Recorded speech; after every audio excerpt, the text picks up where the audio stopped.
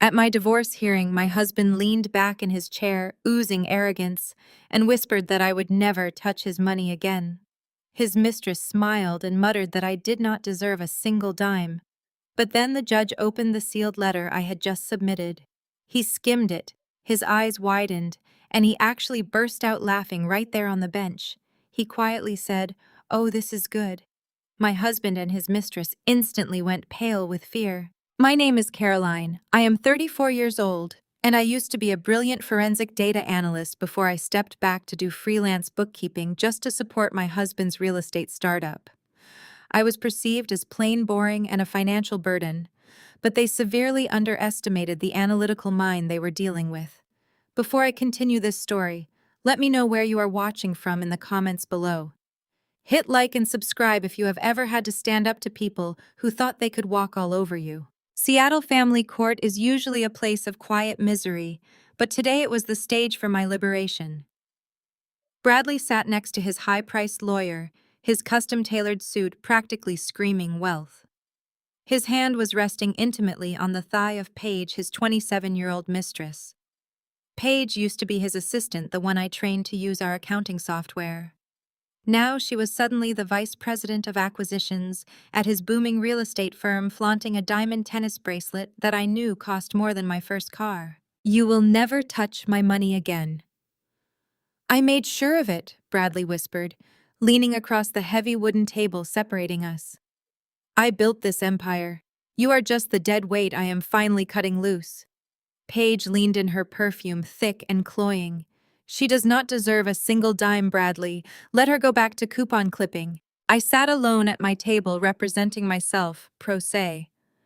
I did not need a lawyer today. I just needed the truth. I smoothed my simple gray skirt and looked straight at the judge. The Honorable Judge Mitchell, a man known for his strict demeanor, picked up the sealed envelope I had submitted to the clerk earlier that morning. "Your Honor," Bradley's lawyer interrupted, standing up with an exasperated sigh. "We object to any last-minute submissions from the opposing party. My client is offering a generous $10,000 settlement for a marriage that produced no children and no joint assets of value. This is a waste of the court's time." Judge Mitchell ignored the lawyer. He opened the envelope and pulled out the single sheet of paper inside. The courtroom was dead silent. I watched his eyes scan the document. Then, completely breaking his usual stoic character, his eyes widened, and a genuine bark of laughter escaped his lips. He leaned back in his chair, shaking his head. "Oh, this is good." Bradley's smug smile vanished. Paige's hand slipped off his leg. "Mr. Bradley," Judge Mitchell said, his voice echoing in the cavernous room, "your counsel claims there are no joint assets of value. However, this document from the federal government suggests otherwise. In fact, it suggests your entire real estate portfolio is currently under investigation." "What are you talking about?" Bradley demanded, forgetting courtroom decorum. "That is impossible." As of 8 a.m. this morning, Judge Mitchell continued, looking directly at Bradley. "All of your corporate and personal assets have been frozen under a federal order. This court cannot proceed with asset division because currently you do not have access to a single bank account under your name." Bradley slammed his hands on the table and shot up from his chair. He turned to me, his face twisting with absolute rage. "You ungrateful leech, what did you do? My mother paid for your pathetic college loans when we got married. We pulled you out of your trashy middle-class life, and this is how you repay us.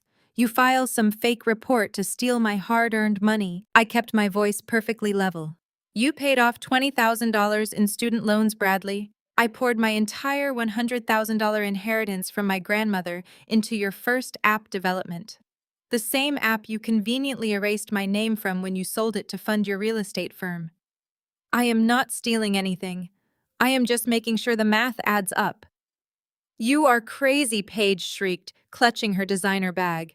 "Bradley, do something! She is trying to ruin us!" "Order in the court!" Judge Mitchell banged his gavel sharply. "This hearing is adjourned pending the outcome of the federal investigation. Mr. Bradley, I suggest you consult with a criminal defense attorney." I gathered my files into my briefcase and turned to walk out. The heavy oak doors of the courtroom swung open and I stepped out into the brightly lit hallway. I had barely taken 10 steps when a hand grabbed my shoulder and spun me around violently. It was Bradley. His face was inches from mine, red and sweating. The polished chief executive facade was completely gone, replaced by the vicious bully I had quietly endured for the last 3 years. "You think you won?" Bradley hissed, backing me against the marble wall of the corridor. "You think freezing my accounts makes you smart? You are a pathetic freelance bookkeeper who works in her pajamas. I run this city. Let go of me," I said, keeping my gaze locked on his. He leaned closer, pulling out his phone with his free hand and shoving the screen in my face. "You forgot who owns the building where your precious brother runs his little restaurant. I just texted my property manager. I evicted Ethan. His restaurant is locked. His inventory is being thrown into the alley and his business is ruined. You want to play games with my money? I will destroy the only family you have left." I stared at the screen of his phone. It was an email confirmation sent directly to his property management team, ordering an immediate lockout of Ethan's restaurant. My brother had poured 10 years of his life into that place. He worked 80-hour weeks, saved every tip, and finally opened his dream bistro just last year. Bradley knew Ethan was my weak spot. He knew my brother was the only blood relative who actually cared about me. "You are a monster," I breathed, feeling the first spike of genuine panic pierce through my calm exterior. "Ethan has a valid lease. You cannot just lock him out without notice." "Watch me." Bradley sneered, his grip tightening on my shoulder. "I own the limited liability company that owns the property. I can claim he violated health codes. I can claim he missed a payment. By the time he gets a hearing, his perishables will rot and his staff will quit. You mess with my empire, Caroline, I eradicate yours." Paige sauntered out of the courtroom and joined him in the hallway. She looked me up and down with utter disgust. "You really thought you could outsmart him, did not you?" She laughed, wrapping her arm around Bradley's waist. "You are nothing but a plain, boring housewife who could not even keep her man entertained. Now you are going to be a broke, homeless, boring housewife, and your brother will be right there on the street with you." "Sign the divorce papers today," Bradley demanded, pointing a finger at my chest. "Drop whatever fake federal claim you filed, sign the waiver, and take the 10 grand. If you do that, maybe I will let your brother keep his little kitchen. If you do not, I promise you this eviction is just the beginning." He turned his back on me and walked away with Paige, their laughter echoing down the courthouse corridor. I stood there taking a slow, shaky breath. My phone vibrated in my pocket. It was an urgent text from my sister-in-law, Nia. Nia is Ethan's wife, a brilliant African-American corporate litigator who has always been my fiercest ally. Her message read, "Get to the lobby right now. Bradley just sent eviction notices to the restaurant. I am coming up." I shoved the phone back into my pocket and kept my face completely blank. Bradley was still hovering over me, his face twisted in a victorious sneer, waiting for me to break down. He wanted tears. He wanted me to fall to my knees and beg him to spare my brother. Paige was leaning against the marble wall, admiring her manicure and looking entirely too pleased with herself. She let out a soft giggle, clearly enjoying the show. A sharp chime echoed through the hallway. The heavy brass doors of the elevator slid open. Nia stepped out, and the temperature in the corridor seemed to drop 10 degrees. My sister-in-law was a force of nature. Dressed in a sharply tailored crimson power suit, her heels clicked against the marble floor with the rhythmic precision of a ticking clock. She carried a thick leather briefcase and an expression that could cut glass. As an African-American corporate litigator who had clawed her way to the top of a ruthless firm, Nia did not intimidate easily, and she certainly did not tolerate men like Bradley. Bradley rolled his eyes and dropped his hand from my shoulder. He let out a loud groan. "Great. The whole pathetic family is here. Go away, Nia. You cannot afford to play in this league." Nia did not even look at him. She walked straight past Bradley and stepped directly in front of his high-priced lawyer, a sweating man named Davis, who suddenly looked very uncomfortable. Nia stopped inches from him, towering over him in her heels. "Counselor Nia," said her voice smooth and dangerous. Are you seriously advising your client to execute a self-help commercial eviction without a standard 30-day cure period? Because if you are, I will personally file a grievance with the state bar before you can even validate your parking ticket. Davis took a step back, adjusting his collar. Now wait a minute, counsel. My client has the right to secure his property. Your client has the right to absolutely nothing, Nia shot back, opening her briefcase and pulling out a thick stack of papers. She shoved them into Davis's chest. That is a court-ordered injunction I had a judge sign 15 minutes ago. Ethan's lease is rock solid. It explicitly guarantees a 60-day notice for any structural disputes, and it prohibits retaliatory eviction. Furthermore, you cannot lock out a commercial tenant without a formal hearing. If Bradley touches a single piece of inventory in that restaurant, he will be in violation of a federal freeze order, and I will have him arrested for tampering with frozen assets. Bradley's face flushed a deep, angry purple. He snatched the papers from his lawyer's hands. This is garbage. I own the building. I can throw out whoever I want. Ethan is a loser flipping burgers in my property, and he is out today. Nia finally turned her gaze to Bradley. Her smile was chilling. Ethan built that kitchen with his bare hands.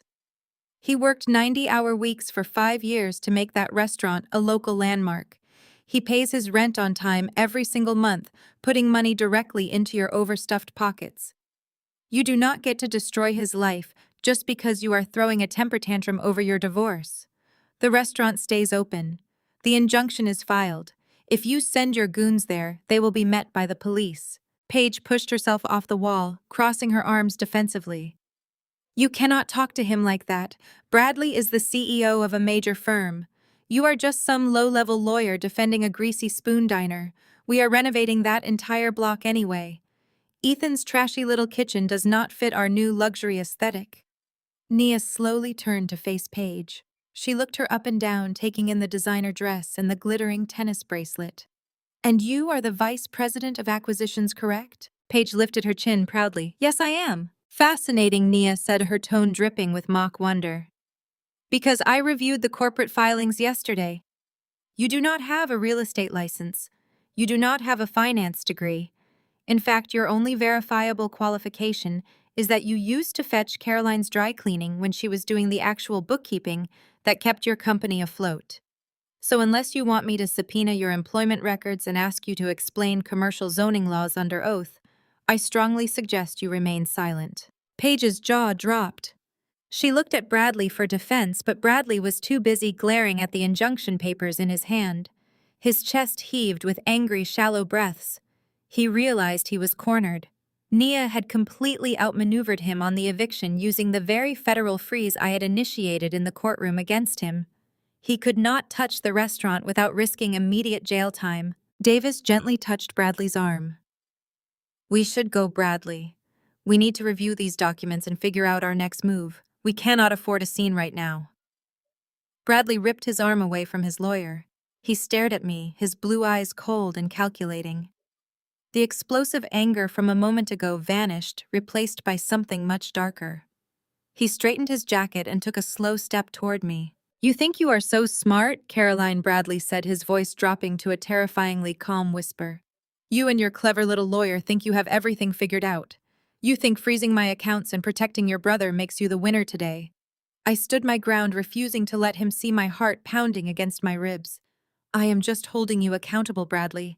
It is what I should have done years ago. He let out a short, hollow laugh. He reached into the inside pocket of his tailored jacket and pulled out a crisp, folded piece of thick paper. He held it out between 2 fingers. Take it, he demanded. I hesitated, glancing at Nia, who narrowed her eyes. I reached out and took the paper from his hand. I unfolded it slowly. It was a formal bank document thick with legal text and stamped with an official notary seal. I scanned the top bold letters. It was a commercial promissory note. My eyes darted down the page, landing on the final total. $5 million. I kept reading, my breath catching in my throat. It was a loan issued by an offshore bank, secured against our marital home and all of my personal assets. And right there at the bottom of the page on the line, designated for the primary guarantor, was my name. Caroline Bradley. My signature was executed perfectly.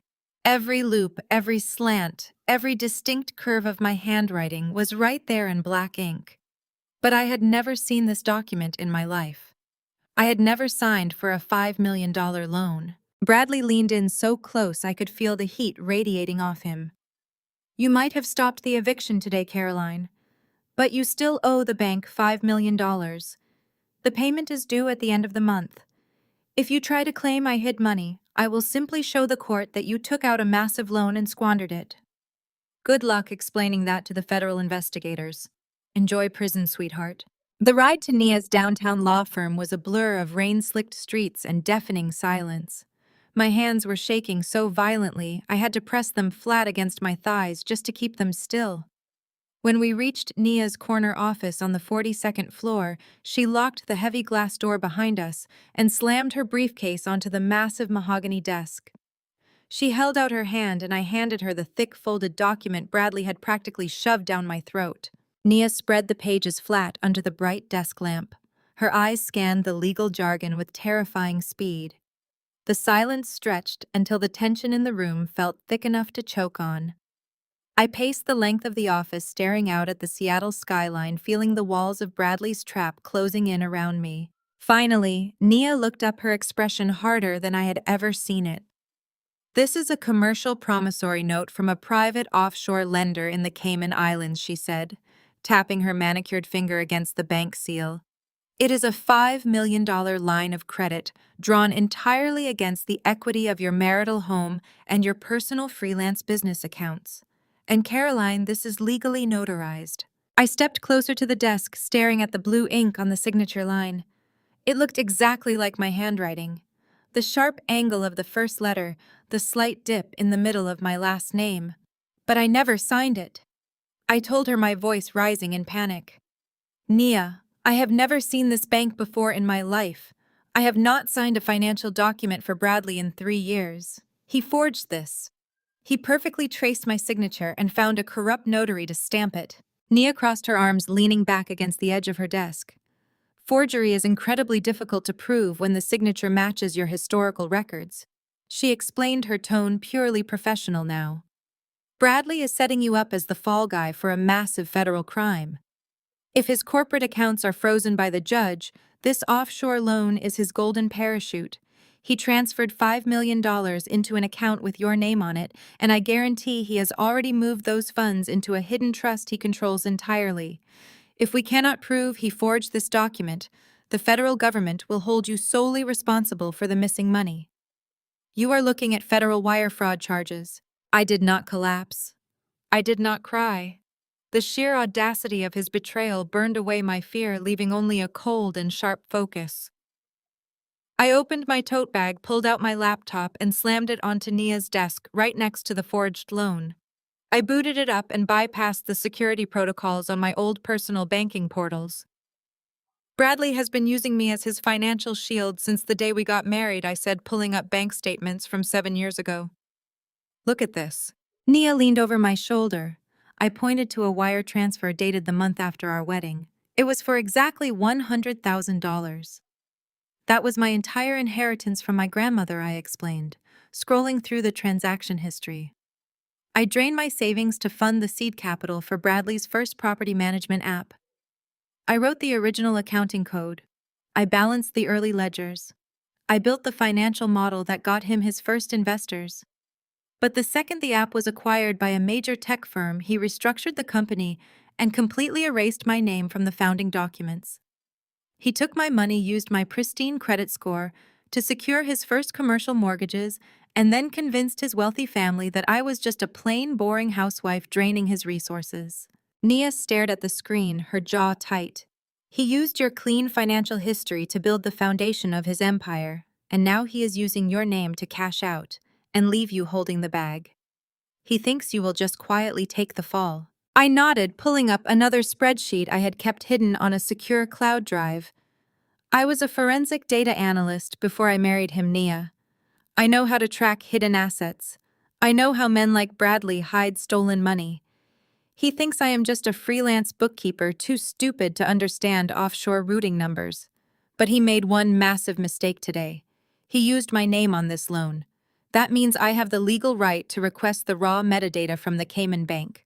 I just need time to crack his primary server and connect the dots. Before Nia could respond, the sharp trill of my cell phone shattered the quiet of the office. I glanced at the screen. It was a picture of Barbara, my mother-in-law, posing on a yacht holding a glass of champagne. The caller identification flashed brightly. I answered the call and put it on speaker, setting the phone on the desk between Nia and me. I did not even get a chance to say hello. Caroline. Barbara screamed, her voice shrill and echoing off the glass walls of the office. Get your pathetic self over to my estate right this second. I am at an exclusive charity luncheon, and the bank just declined my platinum card in front of the entire country club board. What did you do to my son's accounts? I looked at Nia, who slowly raised an eyebrow. The federal freeze we initiated in court was already hitting the family where it hurt most. Their fake wealth was evaporating in real time. If you do not get over here and fix this right now, Barbara threatened, her voice breathless with rage. I will make sure you do not get a single piece of furniture in this divorce. Get here now. The line went dead. I picked up my phone, my heart pounding with a new and dangerous rhythm. Bradley was trying to send me to prison, but his mother was about to hand me the exact key I needed to destroy his entire operation from the inside. I grabbed my car keys and left Nia at her office to finish tracing the offshore routing numbers. The drive to Mercer Island took 30 minutes, but it felt like hours as my mind raced through the implications of Barbara's frantic phone call. Barbara lived in a sprawling waterfront mansion that Bradley had supposedly purchased for her 5 years ago. Now I knew the truth. That house was just another piece on Bradley's fraudulent chessboard, likely leveraged to the hilt to fund his extravagant lifestyle. I pulled my practical sedan into a circular driveway overflowing with imported luxury vehicles. I had expected a hostile one-on-one interrogation, but the sheer volume of cars told a completely different story. I walked up the manicured stone path and pushed open the heavy double doors. The massive foyer echoed with the sound of a live string quartet, clinking crystal glasses, and loud, arrogant laughter. Waiters in crisp white shirts circulated through the crowd with silver trays of champagne. This was not a private family meeting. This was a party. Bradley and his mother were throwing a massive celebration on the very day of our divorce hearing. I stood in the entryway, taking in the scene. Near the massive stone fireplace, Bradley was holding court with a group of investors. He looked entirely unfazed by the federal freeze I had initiated just hours earlier. He probably thought his offshore accounts and forged documents made him invincible. Well, look who finally decided to show up. A sharp and grating voice echoed over the music. The crowd parted and Barbara marched toward me. She was wearing a tailored Chanel suit and a forced smile, but I could see the genuine panic tightening the corners of her eyes. She grabbed my arm with a grip like a vice and yanked me into the adjoining library. She purposely left the French doors wide open so her wealthy country club friends could watch the spectacle unfold. You are going to fix whatever little computer glitch you caused at the bank, Barbara hissed, dropping her voice to a venomous whisper. I was humiliated at the club today. Humiliated. Do you have any idea what it is like to have a platinum card declined in front of the mayor's wife? I smoothed my sleeve where she had grabbed me and stood my ground. I did not cause a glitch, Barbara. Your son's assets were frozen by a federal judge. If your card declined, it means your personal accounts are tied directly to his corporate fraud. Barbara let out a sharp and mocking laugh that drew the attention of several guests lingering near the doorway. Fraud. My son is a visionary. You are just bitter because he finally realized he outgrew you. She walked over to a massive oak desk, her heels clicking aggressively against the hardwood floor. She opened a top drawer and pulled out a crisp white envelope. She did not hand it to me. She threw it. The envelope hit my chest and fluttered to the floor, spilling a cashier's check and a stack of legal papers onto the expensive Persian rug. There is a check for $10,000, Barbara announced, her voice rising so the audience outside the library could hear every single word. Take the charity and leave my son alone. Sign the divorce papers right now and walk away. $10,000 is more than a plain and boring bookkeeper like you will see in a year. I looked down at the check lying near my shoes. $10,000. It was a pathetic attempt to buy my silence while they tried to hang a $5 million forged loan around my neck. You were always too plain for his lifestyle anyway. Barbara continued pacing around me like a predator circling its prey. I told Bradley the day he married you that bringing a middle-class nobody into our family would drag us down. I watched you bring generic wine to my dinner parties. I watched you wear the same cheap shoes for 3 years while my son built an empire. You never fit in. Now take your little payout and go back to the miserable life you came from. I did not bend down to pick up the check. I kept my posture perfectly straight and met Barbara's furious gaze without blinking. I am not signing anything, Barbara, and I am certainly not taking your money. You might want to hold on to that $10,000. You are going to need it when the federal investigators realize this entire estate was put up as collateral for an offshore loan. Barbara's face went completely slack. The color drained from her cheeks, leaving her designer makeup looking like a painted mask. How do you know about the collateral? She whispered, her arrogant facade cracking for a fraction of a second. Before I could answer her, a collective gasp rippled through the guests in the foyer. The string quartet abruptly stopped playing. I turned around and looked out through the open library doors toward the grand marble staircase that dominated the center of the house. Paige was making her descent. She had changed out of her conservative courtroom attire and was now wearing a sweeping backless evening gown that belonged on a red carpet. She glided down the stairs with the smug entitlement of a queen greeting her loyal subjects. The crowd murmured in admiration, stepping aside to let her reach the bottom floor. Bradley walked over to the base of the stairs and took her hand. He kissed her knuckles while looking directly at me to make sure I saw his public display of affection for his mistress. But it was not Paige's expensive dress or Bradley's profound arrogance that made my blood run cold. It was what rested against Paige's collarbone. Gleaming under the bright lights of the crystal chandelier was a heavy vintage emerald necklace surrounded by intricate diamond filigree. It was unmistakable. It was a one-of-a-kind piece from the 1920s. It was my grandmother's necklace. That necklace was the only truly valuable thing my family possessed. It had been passed down to me on my 18th birthday, meant to be saved for my own daughter someday. I had kept it locked in a small safe in the back of my closet, hidden away because I was terrified of losing it or damaging it. Bradley had told me a month ago that we should move it to a secure bank vault for safekeeping while we dealt with the early stages of our separation. I had trusted him and handed him the combination. He did not put it in a vault. He stole my family's history and wrapped it around the neck of the woman he was replacing me with. Paige caught me staring from across the room. She lifted her hand and traced her fingers over the emerald, flashing me a wicked and victorious smile. I took a step out of the library, my eyes locked on the emerald resting against Paige's skin. The intricate diamond filigree sparkled under the foyer lights, mocking me.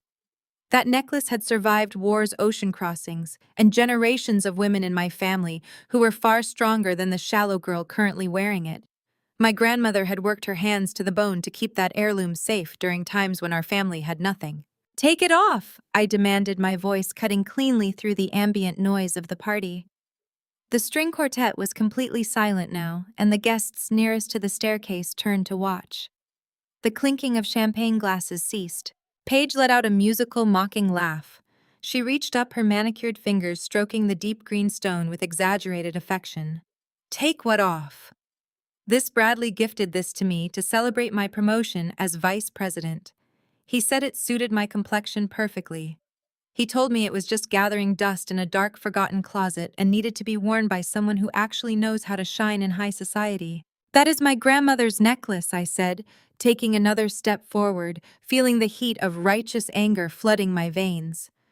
"You are wearing stolen property, Paige. Unclasp it right now." Barbara stepped between us, her Chanel suit acting as a rigid barricade. She crossed her arms, looking at me as if I were a toxic stain on her expensive Persian rug. "Do not cause a scene in my home, Caroline. Bradley had every legal right to reallocate that piece of jewelry.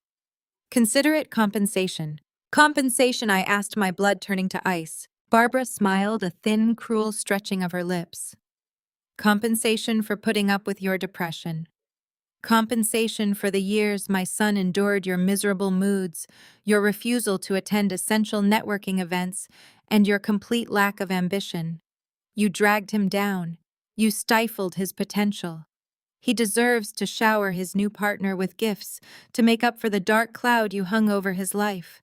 Now pick up your $10,000 check and leave before I call my private security to have you dragged off my property. I looked at Barbara, then at Paige, and finally at Bradley, who was watching from across the room with a heavy crystal glass of scotch in his hand. He gave me a slight, arrogant nod, clearly enjoying the public humiliation he had so carefully orchestrated. He expected me to scream. He expected me to cry, to beg, to physically fight for the heirloom that meant absolutely everything to me. Instead, I felt a profound, chilling clarity wash over my panic. They were so blinded by their own greed and malice that they had completely forgotten who they were actually dealing with. They saw a plain, boring housewife begging for scraps.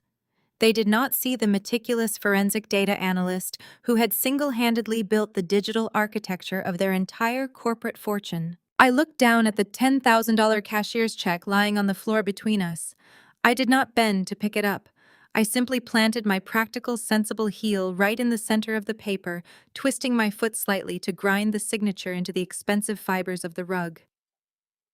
"Keep your charity, Barbara," I said, my voice completely devoid of emotion, echoing loudly enough for the investors to hear.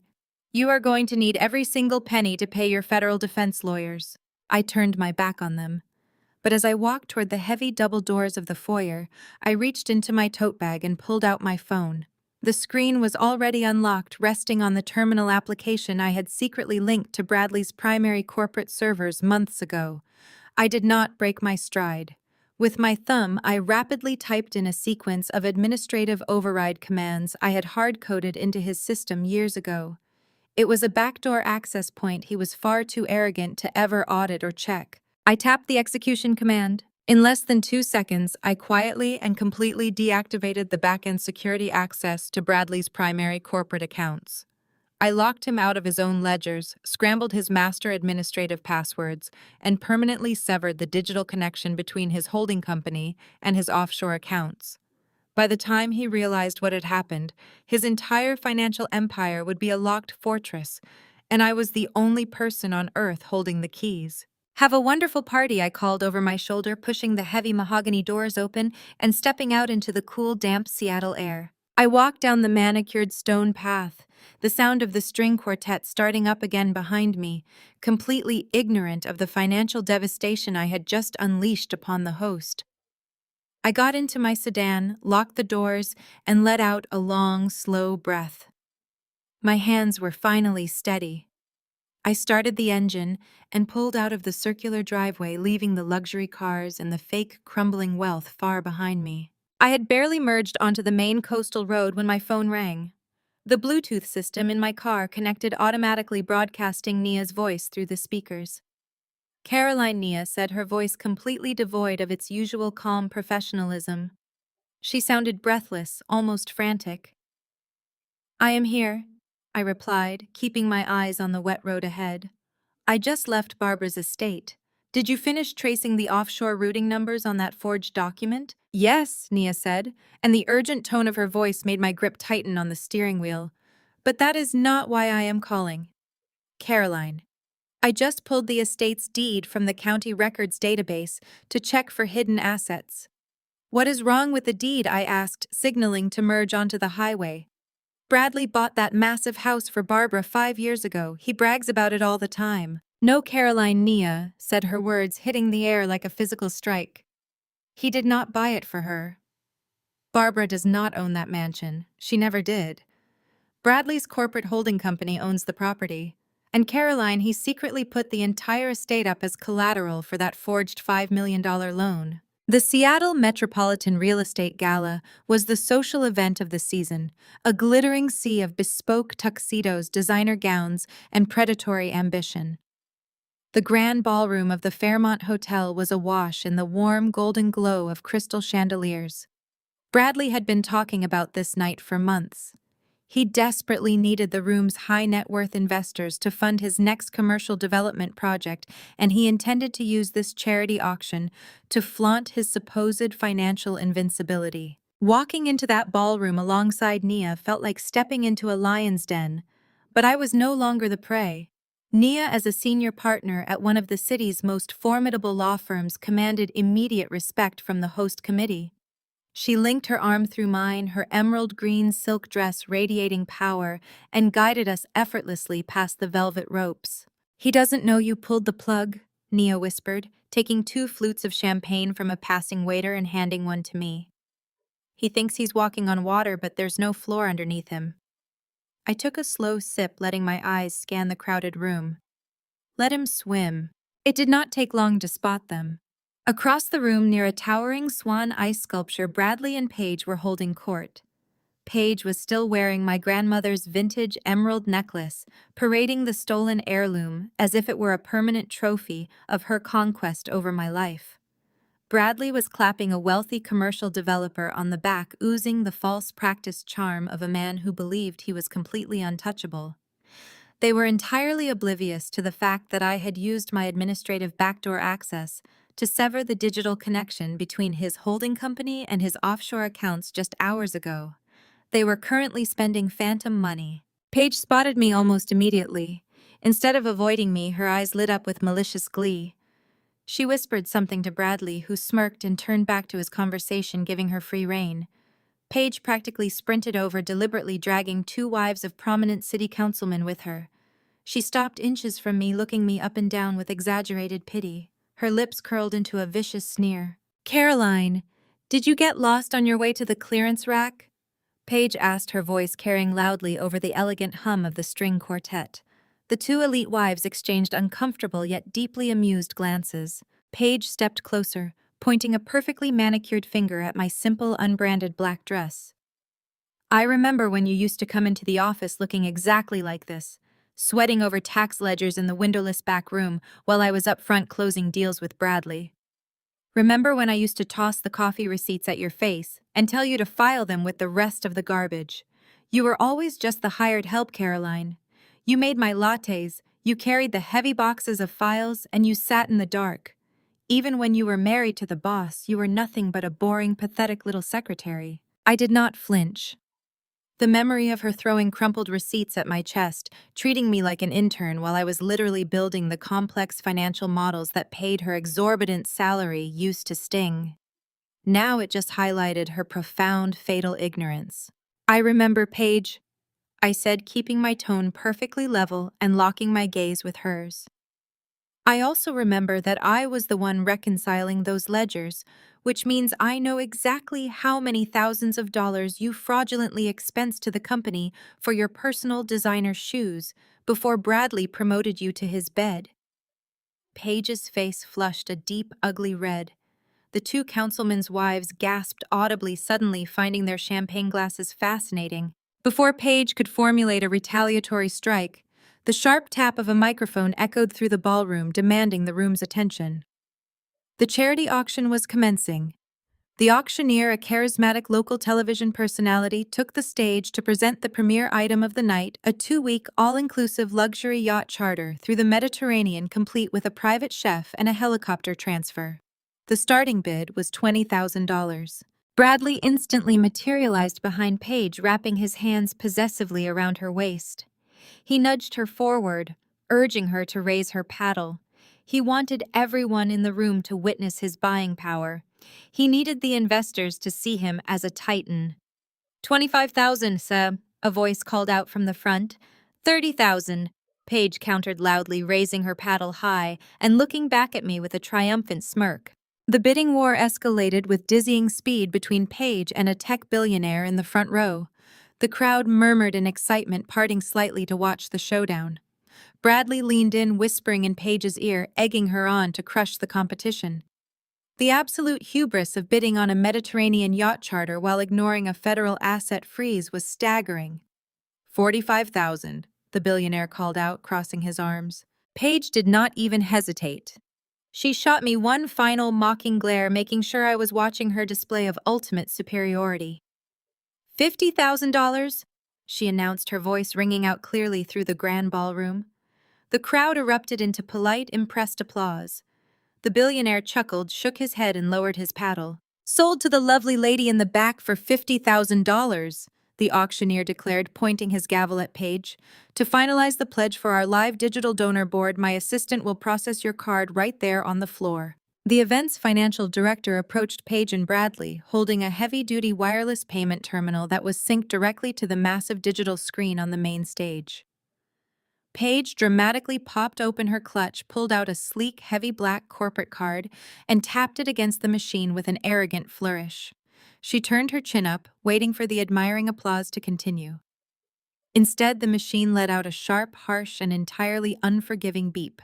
The financial director frowned, looking at the screen. "Declined," he whispered, though the room had grown quiet enough that the word carried to the surrounding tables. Paige's triumphant smile vanished. She snatched the card back, glaring at the machine. "That is impossible. Your terminal is malfunctioning. Run it again. Try this one." She pulled out a shiny platinum personal credit card and shoved it into the chip reader. The director waited. Another sharp, ugly beep. "Declined again, ma'am," the director said, his professional demeanor slipping into visible discomfort. Bradley pushed Paige aside, his face hardening as he whipped out his own leather wallet. "Your machine is broken," he snapped, his voice rising in anger. He pulled out his primary executive black card, the one tied directly to the holding company's master account. "Run this, and run it quickly." The director took the card and swiped it through the terminal. The machine did not just beep this time. A loud, blaring alarm tone suddenly erupted from the terminal, feeding directly through the wireless connection into the venue's main PA system.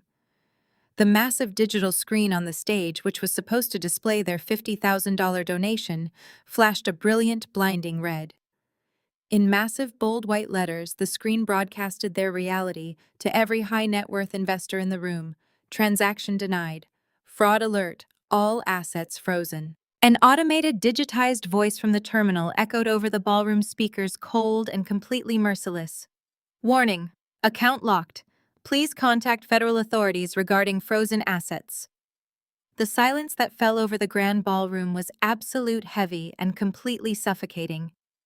Every single eye in the room turned to look at Bradley and Paige, who were standing frozen under the chandeliers, utterly and publicly humiliated.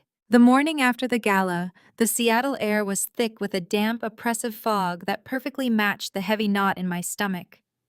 I knew Bradley. I knew the fragile, volatile nature of his ego. Public humiliation was not something he absorbed gracefully. It was a poison he immediately redirected outward. He was a cornered animal, completely locked out of his digital empire, and I knew he would not spend the day quietly consulting lawyers. He would lash out. I just did not expect him to aim his venom at Ethan. My phone vibrated violently against the kitchen counter of my temporary apartment. The caller ID flashed Ethan's name. I swiped the screen to answer, but before I could even say a single word, the sound of shattered glass and angry shouting bled through the speaker. "Caroline, you need to get down here right now," Ethan yelled, his voice strained and breathless over the chaotic background noise. "They have crowbars. They are changing the locks." "Who?" I demanded, my blood running cold as I grabbed my keys and sprinted for the door. "Ethan. Who is there? Bradley's people," he shouted. "They showed up with some forged commercial eviction notice. They are trashing the kitchen. Caroline, they are throwing everything out into the street." I broke several traffic laws racing across the city to the restaurant. Ethan had spent a decade saving every penny, from grueling double shifts as a sous chef to finally open his own place. It was a modest, beautiful, farm-to-table bistro that was just starting to gain real traction in the local culinary scene. It was his entire life's work, built on passion and sweat, the exact kind of genuine achievement Bradley deeply despised. I slammed my brakes, skidding to a halt near the alleyway behind the bistro. The sight that greeted me made my chest physically ache. The destruction was brutal and systematic.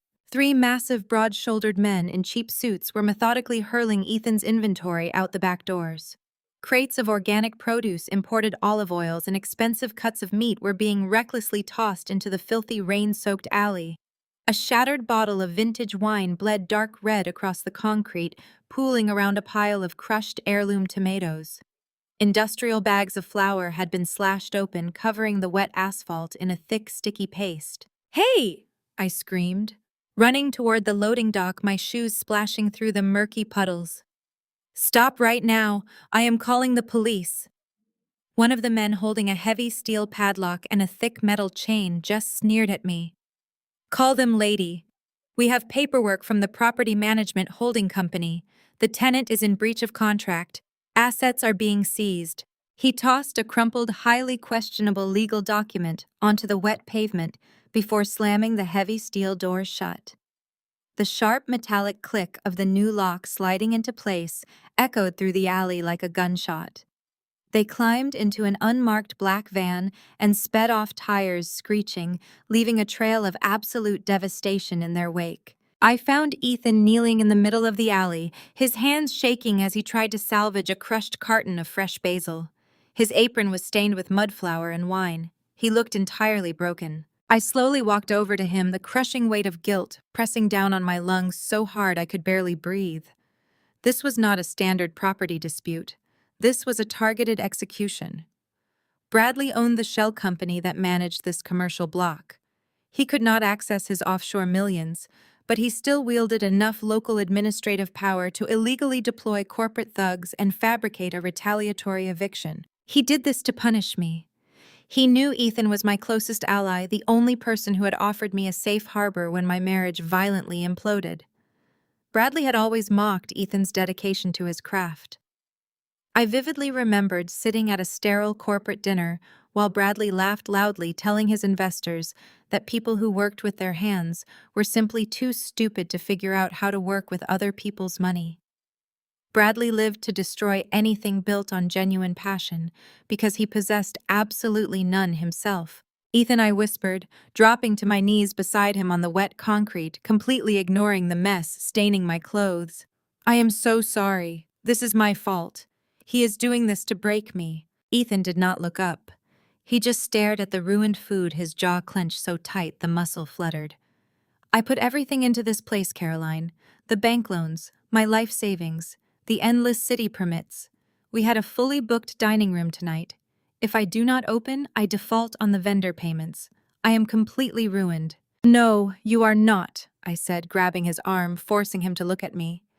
His eyes were hollow, completely drained of the bright culinary ambition that usually defined him. "I will fix this. I am going to tear his empire down to the studs. I will make him pay for every single broken plate and every ruined crate of food." We spent the next 2 hours in grim, heavy silence, moving through the alley and tossing the ruined inventory into the commercial dumpsters. Every shattered jar and crushed carton felt like a direct consequence of my actions. I had struck a massive blow against Bradley at the gala, but I had severely underestimated the collateral damage. I was playing a high-stakes game of corporate warfare, but Bradley was playing dirty street-level sabotage. The rain started to fall harder, washing the spilled wine and flour down the rusted storm drains. I walked over to the back entrance, grabbing a push broom that had been discarded near the wall to sweep away the jagged shards of glass littered near the loading dock. As I swept near the heavy steel door, my broom caught on something wedged tightly beneath the metal frame. I paused, crouching down to get a better look. It was a plain, unmarked white envelope. The paper was slightly damp from the rain, but mostly intact.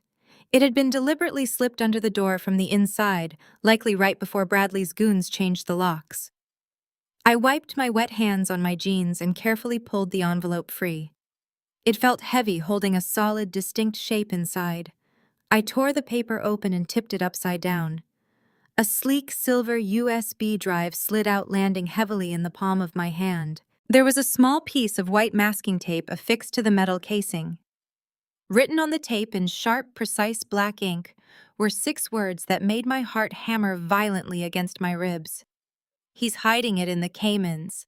I clutched the silver USB drive so tightly the metal edges bit into my palm. I looked at Ethan, who was still staring blankly at the ruined mountain of inventory in the alley. I told him to call his insurance company, document every single smashed bottle and slashed bag, and then go straight home. I promised him I would handle Bradley. I ran back to my sedan and immediately dialed Nia. She answered on the first ring. I told her to meet me at her law firm. The drive across the city was a blur of neon streetlights and slick, rain-washed asphalt. When I pulled into the underground parking garage of Nia's building, she was already waiting by the secure elevators, holding two massive cups of black coffee. We bypassed the main security desk and went straight up to the 42nd floor. Nia ushered me into a soundproof conference room and placed a heavy air-gapped laptop on the mahogany table. It was completely disconnected from the firm's main network, ensuring whatever malicious software might be hiding on the drive could not spread. I plugged the silver USB into the port. A black terminal window immediately popped up on the screen, demanding a decryption key. Bradley had employed a military-grade encryption protocol. He had always bragged about his digital security at dinner parties, completely ignoring the fact that I was the one who had originally written the base code for his firm's security architecture. He used to laugh and call my late-night coding sessions a pathetic nerd hobby while he was out networking. Now his profound arrogance was going to be his exact undoing. I cracked my knuckles and started typing. The terminal window reflected in the glass walls of the dark conference room. Nia stood behind my chair watching the lines of green code scroll rapidly across the black background. I bypassed the primary firewall in under 20 minutes by targeting a lazy, unpatched vulnerability I knew Bradley always ignored. I ran a brute force algorithm to shatter the secondary defense layer. The laptop fan whirred loudly in the silent room. At exactly 2 in the morning, the terminal window flashed green. The encryption dissolved. A massive directory of hidden spreadsheets, bank transfers, and offshore wire routing numbers flooded the screen. Nia pulled up a chair beside me, her eyes darting across the sheer volume of data. I opened the master ledger and we began to meticulously trace the money. It took less than an hour of forensic data analysis to realize we were not just looking at corporate embezzlement.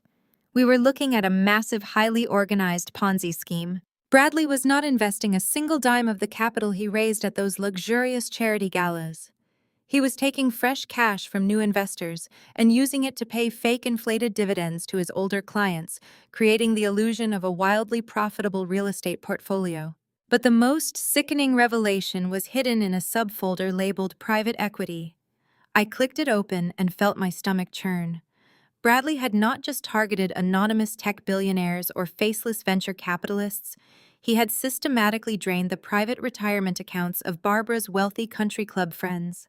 The very women who had attended his parties, drank his champagne, and trusted him with their life savings were completely broke. Their accounts were entirely fabricated digital ghosts. He stole from his own mother's inner circle, Nia whispered, staring at the screen in absolute horror. When those women realize their pensions are gone, they will tear Barbara apart. She will be a pariah. I kept clicking, tracing the final destination of the stolen funds.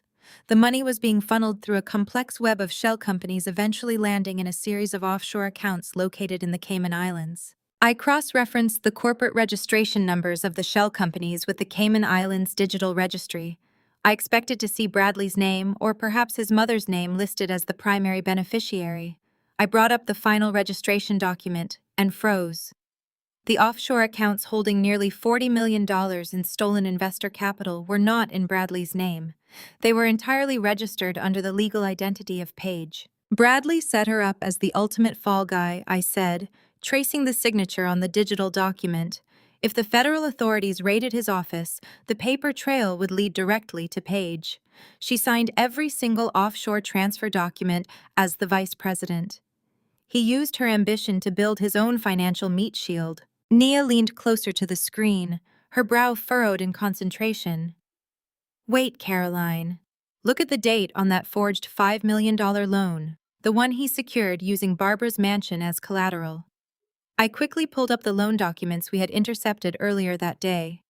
The $5 million had been approved and transferred into the holding company's main account just 48 hours ago. But it did not stay there. I ran a trace on that specific block of cash. It had immediately been wired offshore, vanishing into Paige's Cayman accounts. He did not forge that loan to save his business, I realized, the chilling truth finally locking into place. The business is already dead. The Ponzi scheme is collapsing. He knows the feds are closing in. I opened the final encrypted folder on the drive. It contained digital copies of 2 international passports and a confirmed itinerary for a private chartered jet. The destination was a small, remote island nation entirely lacking an extradition treaty with the United States. The forged $5 million loan was not a business strategy, Nia said, her voice dropping to a harsh whisper. It was their getaway fund. I looked at the flight departure time glowing brightly on the laptop screen. Bradley and Paige were not planning to stick around for the fallout of their ruined empire. They were scheduled to flee the country for good next Tuesday at midnight. That gave us exactly 4 days to dismantle Bradley's escape plan and hand him over to the federal authorities. But as I stared at the glowing flight itinerary on the laptop screen, the image of Ethan kneeling in the alley amidst his ruined inventory flashed in my mind. Bringing Bradley down was the ultimate goal, but I refused to let him destroy an innocent man's livelihood in the crossfire. I turned to Nia. We have the evidence to stop his flight, but right now I need to fix what he broke. Ethan's entire life is sitting in a dumpster. Nia closed the laptop with a sharp, decisive snap. Then we do not let him stay in the dumpster. Bradley operates in the shadows and uses corporate loopholes to bully people. We operate in the light.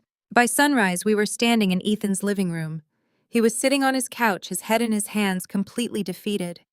The bank had already called him twice about the sudden closure. I knelt in front of him and pulled his hands away from his face. You are not done cooking, Ethan. Bradley stole your building, but he did not steal your talent. Caroline. I have no kitchen, Ethan said, his voice hollow.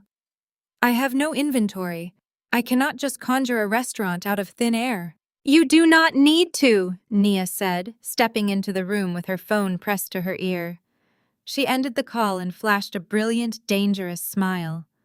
I just got off the phone with the city councilman whose wife was highly entertained by Paige's credit card declining last night. The city is granting us an expedited emergency permit for the Downtown Arts Plaza. We are hosting a pop-up. Over the next 48 hours, I witnessed the sheer unstoppable force of a community rallying against corporate greed. Nia leveraged every connection in her extensive network. She called in favors from local suppliers who rushed replacement ingredients to us on credit. She mobilized her firm's junior associates to flood social media with the story of a beloved local chef wrongfully evicted by a corrupt property management shell company. The narrative caught fire instantly. By Saturday afternoon, the downtown plaza was utterly transformed. We had set up 3 massive commercial grilling stations under sprawling white canvas tents. The air was thick with the mouth-watering aroma of seared garlic, roasting tomatoes, and charred rosemary. Ethan was a blur of motion behind the makeshift counters, his depression entirely replaced by pure, focused culinary adrenaline. He was plating his signature dishes with lightning speed, calling out orders to a crew of volunteer sous chefs. I stood at the front of the main tent operating the digital point-of-sale system, completely overwhelmed by the turnout. The line of customers stretched across the cobblestone plaza and wrapped around the city block. People had shown up in droves, hungry for amazing food and eager to support a small business fighting back against a corporate bully. Order 72 is up, Ethan shouted over the din of the crowd, sliding a perfectly garnished plate of wild mushroom risotto onto the pickup counter. He looked over at me, his apron stained and his brow shining with sweat, and gave me a massive, genuine smile. For the first time since this nightmare began, I felt a soaring sense of pure triumph. We were winning. We were building something real right in the center of the city, proving that Bradley's malice could not crush us. The crowd parted slightly as a local news van pulled up to the curb. A reporter and a cameraman hurried out, making a beeline straight for our tents. Nia had called the station earlier, tipping them off about the massive turnout. Within minutes, the camera was rolling, broadcasting live footage of the massive lines, the sizzling grills, and Ethan passionately discussing his commitment to serving the community despite his illegal eviction. I stood beside him, completely unapologetic, knowing exactly who would be watching the evening broadcast. Across town in the sterile, soundproof confines of his executive office, Bradley was indeed watching. I could perfectly picture his face twisting into a mask of absolute fury as the news anchor praised our resilience. He had deployed his goons to break me to leave Ethan ruined and desperate, and instead, he had handed us a megaphone and a city-wide audience. His attempt to crush us had only amplified our success. The woman he had constantly dismissed as a plain, unmotivated housewife was now thriving on live television, completely unafraid of his retaliatory tactics. But Bradley was a cornered predator, and cornered predators do not surrender. They strike blindly. The sun was beginning to dip below the city skyline, casting long golden shadows across the plaza. We were selling out of our final dinner portions, and the atmosphere was electric with celebration. Nia was laughing with a group of customers near the edge of the tent when I noticed a sharp shift in the crowd's energy. A man in a sharp slate gray suit was forcefully pushing his way through the line of waiting customers. He was not there for the food. He possessed the cold, detached demeanor of a corporate attack dog. I recognized him instantly.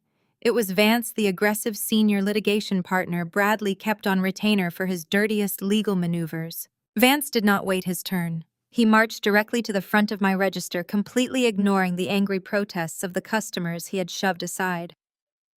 He reached into his tailored jacket and pulled out a thick, sealed manila envelope, slamming it down onto the counter right over my receipt printer.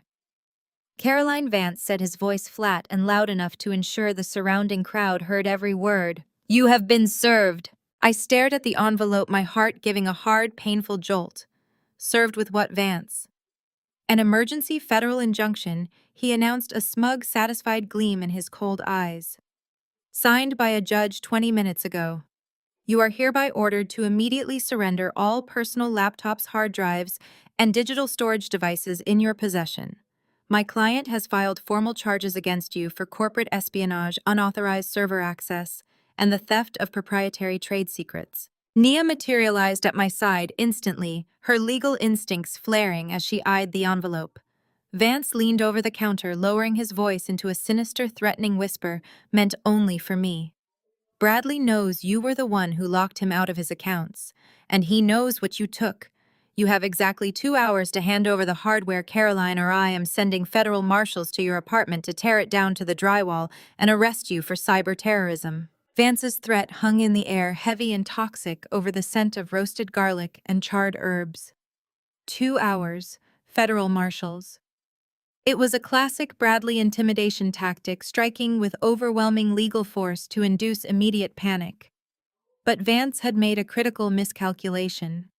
He had directed his threat at me while standing less than 3 feet away from Nia. Nia did not flinch. She did not even blink. She simply took a slow, deliberate sip from her bottled water, handed the plastic cup to me, and stepped squarely into Vance's personal space. An emergency ex parte injunction, Nia stated, her voice projecting a razor-sharp calm that instantly neutralized Vance's bluster. Signed by Judge Higgins, I assume. It is a favorite maneuver of your firm. But you made a geographical error, Vance. This plaza sits precisely on the county line, and Caroline's legal residence has been temporarily registered in a completely different judicial district for her protection. Your injunction is procedurally defective. By the time you refile and establish proper jurisdiction, I will have an emergency stay processed. Vance's jaw tightened. The smug superiority vanished from his eyes, replaced by a cold, calculating glare. You are delaying the inevitable. I will have the corrected order signed by morning. If she destroys any data in the interim, it is a federal offense. She will not destroy a single byte. Nia replied, her smile dangerously bright. You have 24 hours, Vance. Now step away from this counter before I have you cited for harassment and trespassing. Vance stared at us for a long, silent moment. He knew he had been outmaneuvered on a technicality. Without another word, he snatched the manila envelope off the steel counter, turned on his heel, and shoved his way back through the crowded plaza. Nia exhaled sharply, turning to me. I was not bluffing about the time frame. I can keep him tied up in jurisdictional red tape until tomorrow evening, but that is the absolute limit. Bradley is trying to seize the hardware so he can bury the evidence under a mountain of corporate theft allegations. We need to make this data untouchable. I looked back at Ethan. The pop-up was a massive success, operating at full capacity. He was safe. His reputation was thriving. It was time for me to finish this. I know exactly what to do, I said, grabbing my coat. I am going to make Bradley's worst nightmare a federal reality. I rushed back to my temporary apartment, locking the deadbolt and immediately booting up the encrypted laptop. The digital clock in the corner of the screen mocked me. 23 hours left. A standard media leak was no longer sufficient. Bradley's PR team would spin it, and his high-priced lawyers would bury the reporters in defamation suits. I needed a weapon that Bradley could not buy, intimidate, or outrun. I needed the federal government. I opened a secure browser and navigated directly to the official portal of the Internal Revenue Service. I did not just want to report a crime, I wanted to trigger an avalanche. I clicked on the link for IRS Form 211, the application for award for original information. It was the official whistleblower claim form specifically designed for reporting massive tax fraud, embezzlement, and money laundering. Submitting this form would legally transform me from an alleged corporate thief into a protected federal informant. It would compel the IRS Criminal Investigation Division to freeze Bradley's assets immediately. The form required meticulous, irrefutable proof. I began compiling the ultimate payload. I created a master directory organizing the digital wreckage of Bradley's empire into clear, indisputable exhibits. Exhibit A was the Ponzi ledger. I extracted the original unencrypted spreadsheets proving that Bradley was paying existing investors with capital raised from his charity galas. I highlighted the accounts belonging to Barbara's wealthy friends, clearly showing their life savings had been completely drained and replaced with fabricated numerical values. Exhibit B was the forged $5 million loan. I uploaded the fraudulent documents Bradley had generated using his own mother's estate as collateral. I paired this with the digital metadata proving the transaction originated from his personal IP address, entirely circumventing the firm's standard lending protocols. Exhibit C was the Cayman connection. This was the killing blow. I exported the complete wire transfer history showing millions of dollars moving through an intricate network of offshore shell companies. I attached the corporate registry documents proving that every single offshore account was legally registered to Page. I included their finalized flight itinerary for the private charter to the non-extradition island, providing concrete evidence of their imminent flight risk. My fingers flew across the keyboard, typing a comprehensive summary of the operation. I detailed Bradley's methodology, Page's complicity as the offshore anchor, and the exact timeline of their planned escape. I stripped out every drop of emotion, every ounce of personal vengeance, and wrote a clinical, devastatingly precise forensic report. I was no longer the betrayed wife. I was the architect of their absolute destruction. I attached the massive file containing thousands of pages of financial logs, encrypted server backups, and offshore banking receipts. The sheer volume of evidence was staggering. It was the complete, unvarnished truth of a financial massacre. I took a deep breath, my finger hovering over the trackpad. Submitting this form was the point of no return. It would trigger a federal raid on Bradley's offices. It would inevitably lead to his arrest. It would publicly ruin Barbara, expose Page as a criminal accomplice, and obliterate the entire legacy the family had built their arrogance upon. I clicked Submit. A blue progress bar appeared on the center of the screen. The payload was immense, and the secure upload was moving agonizingly slow. 10%, 20%, 30%. The silence in my apartment felt heavy, broken only by the frantic hum of the laptop's cooling fan. I stared unblinking at the screen, willing the blue line to move faster. 60%, 75%. Suddenly, with a sharp, heavy mechanical sound, the entire apartment plunged into absolute darkness. The hum of the refrigerator died instantly. The glow of the streetlights filtering through the blinds vanished. The building's power had been completely cut. My laptop screen remained the only source of light in the room, running on its internal battery. A red error message flashed across the portal indicating the network connection was lost. The upload had paused at 89%. My heart slammed into my throat. The Wi-Fi router was dead.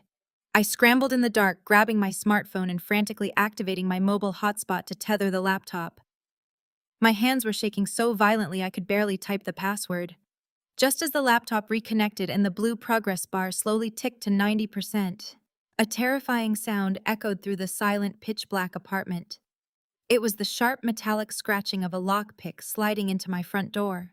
The metallic scrape against the brass tumbler of my front door was the loudest sound I had ever heard. It was not a clumsy, drunken fumbling. It was the precise, methodical scratching of professional lockpicks sliding perfectly into place. Vance had promised federal marshals, but federal marshals announced their presence. They do not kill the building's power grid and pick your deadbolt in the pitch black. Bradley had sent his thugs to finish the job. I yanked the silver USB drive and my backup external hard drive straight out of the laptop ports. The laptop itself was a dead weight, fully traceable, and highly compromised, but the drives contained the absolute totality of Bradley's financial treason. I shoved the drives deep into the inner pocket of my waterproof backpack, zipped it tight, and slung it over my shoulders. The heavy brass deadbolt snapped back with a sharp, resounding click. I scrambled silently toward the bedroom just as the front door was kicked inward, the wooden frame splintering violently. Heavy tactical boots hit the hardwood floor of the living room. Two intersecting beams from high-powered flashlights sliced through the darkness, sweeping methodically across my kitchen counter and the glowing battery-powered screen of my abandoned laptop. "Check the back rooms," a gruff, muffled voice commanded.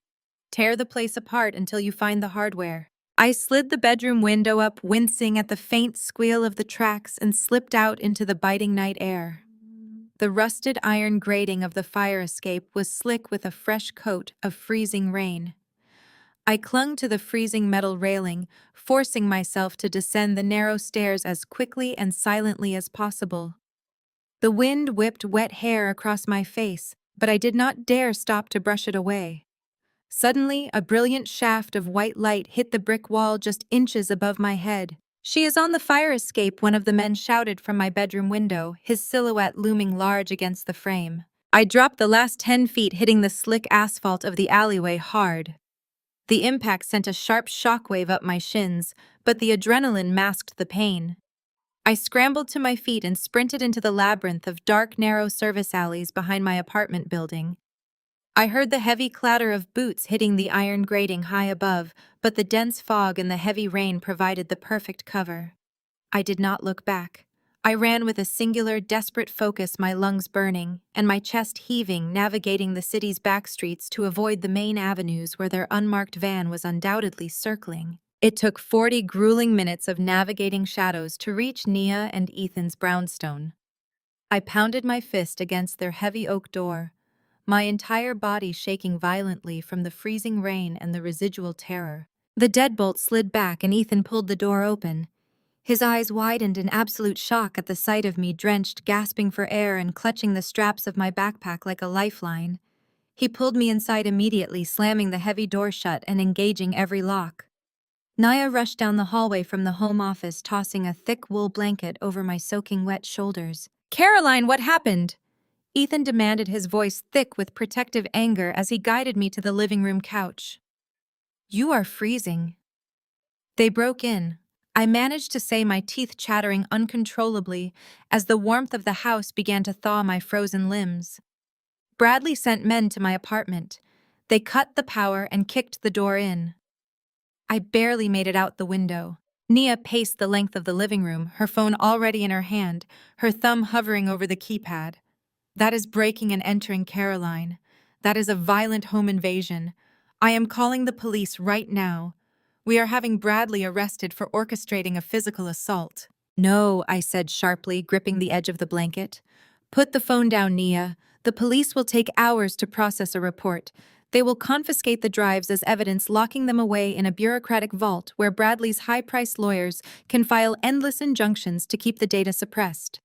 If we involve the local police, we lose the element of absolute surprise." Ethan crouched in front of me, his brow furrowed in deep concern. Caroline, they sent thugs to hurt you. You cannot handle this alone. This has escalated way beyond financial sabotage. He has done this to me before. I stated, my voice dropping to a low, hollow tone. The memory hit me with the same biting intensity as the winter air outside. Naya and Ethan both froze, staring at me. I pulled the blanket tighter around my shoulders. 3 years ago, during the worst blizzard of the season, I forgot to pay the heating bill on time because I was busy organizing one of his massive charity galas. The gas company shut off the main valve. Bradley was furious that the house was slightly cold. When I stepped out onto the back patio to check the external meter, he slid the glass door shut and locked the deadbolt. Nia lowered her phone, absolute disgust washing over her features. He locked you outside in a blizzard. He stood inside by the roaring fireplace, pouring himself a glass of expensive scotch. I continued, the vivid, humiliating memory burning brightly in my mind. He watched me freeze on the patio for 2 hours. I begged him to let me in. My hands were completely numb. He just stood there smiling, holding his drink. He told me he was teaching me the physical cost of incompetence. He enjoys using the elements, the environment, and pure physical intimidation to assert his dominance. He wants me cold, terrified, and broken. But I am not that woman anymore. I unzipped my damp backpack and pulled out the external hard drive and the silver USB. I am not running from him, and I am not handing this evidence over to local cops. I am dropping a federal anvil on his head. Nia immediately retrieved her secure encrypted work laptop and placed it on the coffee table. I plugged the drives in my fingers, moving rapidly across the keyboard. The IRS portal requires a continuous secure connection to finalize the whistleblower claim. My apartment's power cut had stalled the upload at 90%. I reinitiated the secure handshake with the federal server, attaching the finalized packets of offshore wire transfers, the forged loan documents, and the Cayman Island registry files in Paige's name. The blue progress bar reappeared, surging forward seamlessly on Nia's high-speed network. 95%, 98%. A bright green checkmark illuminated the center of the screen. A heavily encrypted email instantly dropped into my secure inbox. I clicked it open, the stark formal language of the federal government confirming our absolute victory. Claim received. Agent assigned. Do not engage the target. The Internal Revenue Service Criminal Investigation Division was officially mobilized. Bradley's destruction was no longer a personal vendetta. It was a matter of federal law enforcement. Just as I let out a massive, shuddering breath of relief, the sharp, harsh vibration of my cell phone shattered the quiet of the living room. The screen illuminated with a new text message. The sender was Bradley. I picked up the phone, staring at the glowing words that made the blood freeze entirely in my veins. Meet me at my mother's tomorrow, or Ethan goes to jail for trespassing at the restaurant. The warning from the federal government was absolute. Do not engage the target. I stared at the encrypted email glowing on Nia's laptop, the words burning themselves into my memory. But the text message vibrating on my phone directly underneath it was a weapon I could not ignore. Bradley was threatening to have Ethan arrested for trespassing at his own restaurant. Ethan had already lost his inventory, his kitchen, and his livelihood because he dared to support me. I absolutely refused to let him lose his freedom. I turned to Nia, my jaw set tight. I am going. Nia grabbed my arm, her eyes wide with panic. Are you out of your mind? The IRS explicitly told you to stay away. If you walk into that house, you are walking into a trap. It is a trap I have to spring, I replied, pulling my coat tight around my shoulders. Bradley operates on control. If I do not show up, he will destroy Ethan just to prove a point. Keep the hard drives. Keep the laptop. Do not let them out of your sight. I am going to buy us the 24 hours we need for the federal agents to move in. The morning light was harsh and unforgiving as I drove up the winding, manicured driveway of Barbara's sprawling estate. The imposing wrought iron gates parted silently, welcoming me into a fortress built entirely on stolen money and generational arrogance. I parked my modest sedan between Bradley's sleek sports car and Paige's new luxury SUV. I took one final deep breath, centering myself. I was no longer the obedient, terrified wife. I was the architect of their impending ruin. I did not bother knocking. The heavy oak door was unlocked, a clear signal that they were expecting me. I pushed it open and walked straight into the grand parlor. The scene before me was a perfectly choreographed tableau of aristocratic concern. It was a masterclass in psychological warfare. Barbara sat rigid in her high-backed velvet armchair, clutching a delicate porcelain teacup, her face arranged into a mask of deep maternal sorrow. Bradley stood by the massive stone fireplace, wearing a tailored cashmere sweater, projecting the image of a patient, exhausted man dealing with a lunatic. Paige was perched on the edge of the leather sofa, her posture defensive, playing the role of the innocent victim caught in the crossfire. They had staged an intervention. Caroline Barbara began, her voice dripping with a sickly artificial sweetness that made my skin crawl. "We are so relieved you decided to come. We have been terrified for your mental state." I stopped in the center of the Persian rug, refusing to take a seat. "Cut the performance, Barbara. I am only here because your son threatened to have an innocent man thrown in jail." Bradley sighed heavily, pinching the bridge of his nose as if dealing with an unruly toddler. "He broke into a sealed commercial property, Caroline. That is a felony, but nobody wants to see anyone go to prison. We just want to stop this catastrophic downward spiral you are on. You are completely out of control." "Out of control," I repeated, my voice dangerously calm. "You forged a $5 million loan against your own mother's estate, funneled the cash into offshore Cayman accounts under your mistress's name, and booked a one-way private charter to a non-extradition country." Paige let out a sharp theatrical gasp, pressing a hand to her chest. "Bradley, she is hallucinating. This is exactly what we talked about. She has completely lost her grip on reality." "It is the grief of the divorce," Barbara chimed in, setting her teacup down with a delicate clink. "Caroline, dear, we understand that losing a successful man like Bradley has been devastating for you. It is entirely normal for a discarded spouse to fabricate grand conspiracies to cope with their inadequacy. But breaking into offices, stealing laptops, making up wild stories about offshore accounts, you need serious psychiatric help." I stared at them in absolute awe of their audacity. They were entirely committed to the gaslighting. They honestly believed that if they repeated the lie with enough conviction, they could rewrite reality. They thought I was still the quiet, compliant woman who would eventually break under the weight of their collective disapproval. "You are playing a very dangerous game," I said, looking directly into Bradley's eyes. "You think you can intimidate me into silence, but you are out of time." Bradley stepped away from the fireplace, closing the distance between us. The facade of the patient ex-husband vanished, replaced by the cold, calculating predator I knew so well. "You are the one out of time, Caroline. You are a bitter, hysterical ex-wife throwing a tantrum because you walked away with nothing. You are embarrassing yourself, and you are dragging your little chef friend down with you. But because I am a generous man, and because my mother wishes to see this ugly chapter closed, I am willing to offer you a lifeline." He reached into his jacket pocket and pulled out a thick, legally bound document. He slapped it down hard onto the antique coffee table between us. "A revised divorce settlement," Bradley announced, his lips curling into a triumphant sneer. "The terms are non-negotiable. You walk away with absolutely zero assets. No alimony, no property, no investments. You take the clothes on your back and nothing else." I looked at the document, then back at him. "And in exchange for my total financial ruin—" "In exchange," Bradley said, leaning closer, his voice dropping to a menacing whisper, "I will personally absorb the $5 million debt you so recklessly forged against my mother's estate during your psychotic break. I will clean up your mess. I will also drop the trespassing and breaking and entering charges against Ethan. Your little pop-up kitchen gets to survive." He slid a silver pen across the table. It stopped right at my feet. "But there is a catch," he added, his eyes narrowing into dark, dangerous slits. "You sign this settlement and you simultaneously sign the attached non-disclosure agreement. It is an ironclad, legally binding gag order.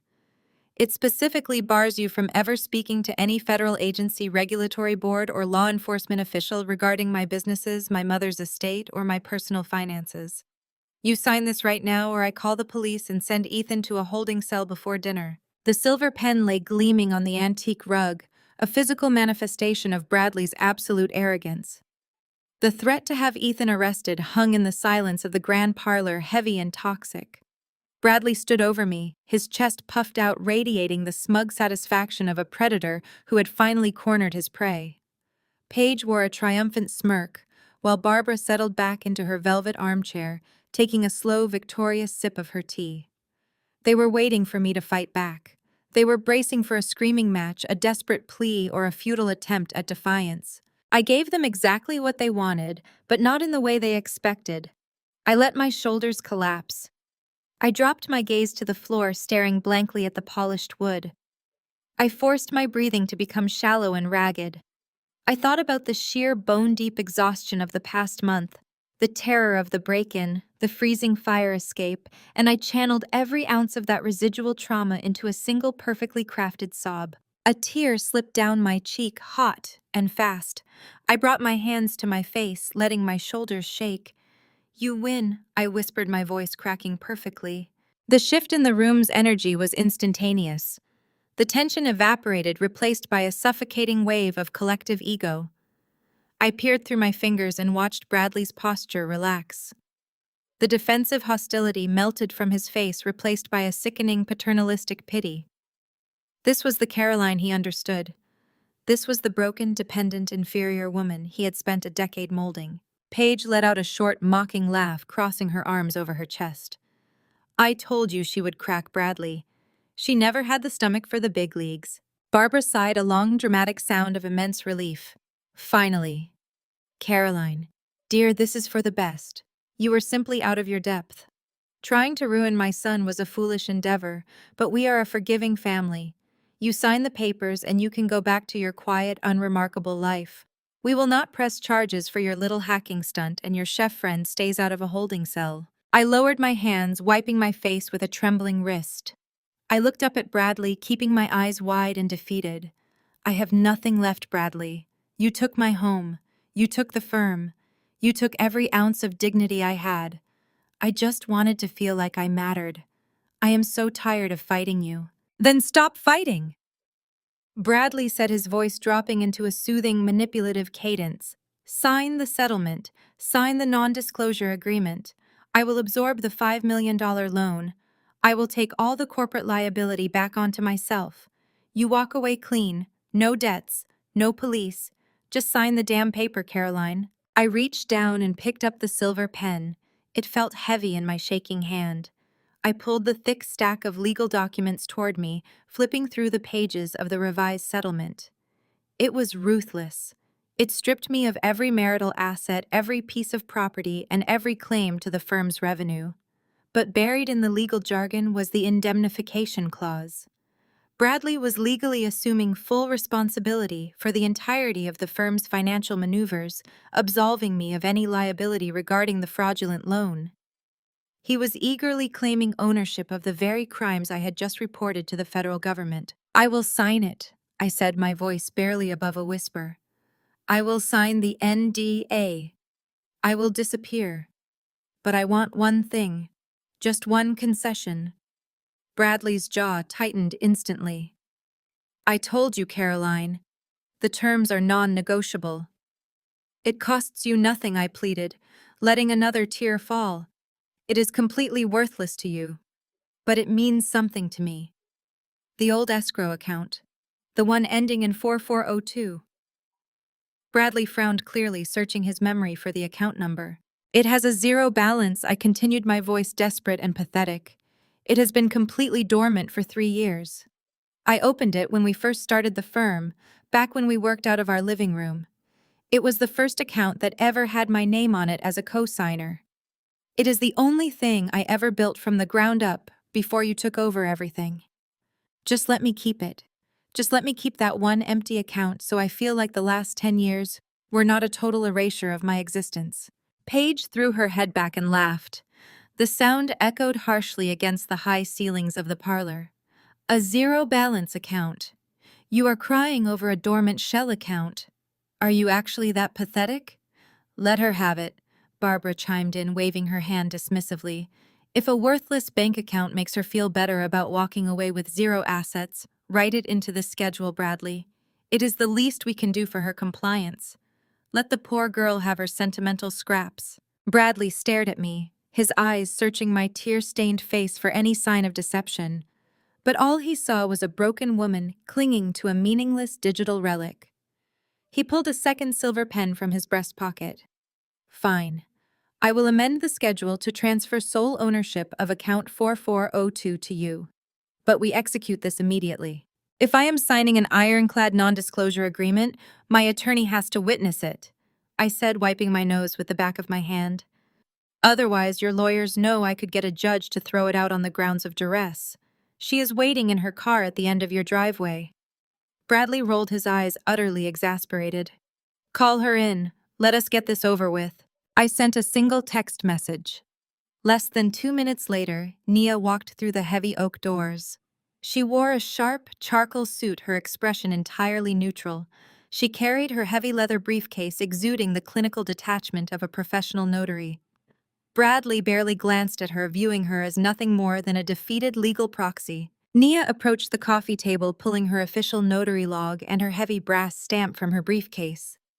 Bradley quickly scribbled the amendment into the margins of the settlement, initialing the clause that explicitly transferred account 4402 into my sole possession. He then signed his name with a flourish on the final page, officially claiming total liability for the firm's financial structure and absorbing the $5 million forged debt. He slid the documents across the table to me. I picked up the pen. My hand was no longer shaking. The tears had completely stopped. I signed my name on the settlement, relinquishing my claim to his wealth. I signed the non-disclosure agreement, legally gagging myself from speaking to the press or the authorities. I handed the stack of papers to Nia. She reviewed the signatures with methodical precision. She signed her name on the witness line. Then she lifted her heavy brass notary stamp and brought it down hard onto the paper. The sharp, concussive thwack of the stamp echoed through the silent parlor. Nia gathered her supplies, snapping her briefcase shut. She looked at Bradley, then at Barbara, and finally at Paige. A slow, chilling smile spread across Nia's face. It was not a smile of defeat. It was the dark, satisfied smirk of an executioner. The trap had just snapped shut. Bradley had successfully intimidated a hysterical ex-wife into silence, but he had fundamentally failed to understand what he had just signed. Account 4402 was not a sentimental memory. It was the central routing hub I had used to compile the encrypted IRS whistleblower data. By legally granting me sole ownership of that specific account right before the federal freeze took effect, Bradley had unknowingly handed me the only key to the offshore Cayman funds that the IRS Criminal Investigation Division could not legally seize. 48 hours passed in a state of blissful, arrogant ignorance for Bradley and Paige. Inside the penthouse, open designer suitcases covered the living room floor. Paige was meticulously folding silk resort wear, humming a cheerful tune. She paused to admire the massive diamond on her finger, reflecting the city lights below. Bradley sat at his glass desk, nursing a glass of 20-year-old scotch. The notarized settlement agreement sat framed in the center of his blotter like a hunting trophy.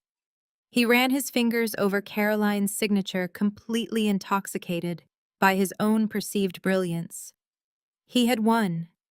He had crushed his ex-wife, legally shielded himself from the $5 million loan, and secured the offshore fortune. Flight logistics are locked, Paige announced, snapping a leather suitcase shut. The charter leaves the private terminal at 8 tonight. The ground crew in Grand Cayman is ready for our arrival. Bradley raised his glass in a mock toast. To perfect execution. And to Caroline, the woman who traded a billion-dollar empire for a dead bank account just because it had her name on it. Absolute pathetic sentimentality. Paige laughed, pouring herself a drink. She really thought she could outplay you. Now she is sitting in some dingy apartment with zero assets, legally gagged, clutching a zero-balance routing number while we relocate to paradise. While Bradley and Paige finalized their escape, Barbara was executing her own victory lap across town. The Oakwood Country Club dining room was bathed in bright afternoon sunlight. Barbara held court at the prime corner table, surrounded by the wealthiest matriarchs of the city's elite. These were the women whose portfolios Bradley managed, women who trusted the firm with their generational wealth and retirement pensions. Barbara signaled the waiter for another round of imported champagne. She adjusted her silk scarf and leaned in, lowering her voice to a conspiratorial whisper. I can finally share the good news, ladies. Bradley is finalizing a massive international expansion as we speak. We are opening a primary branch in the Caymans. It is a highly exclusive tax-sheltered opportunity. Margaret, a widow whose late husband had built a shipping empire, clapped her hands together.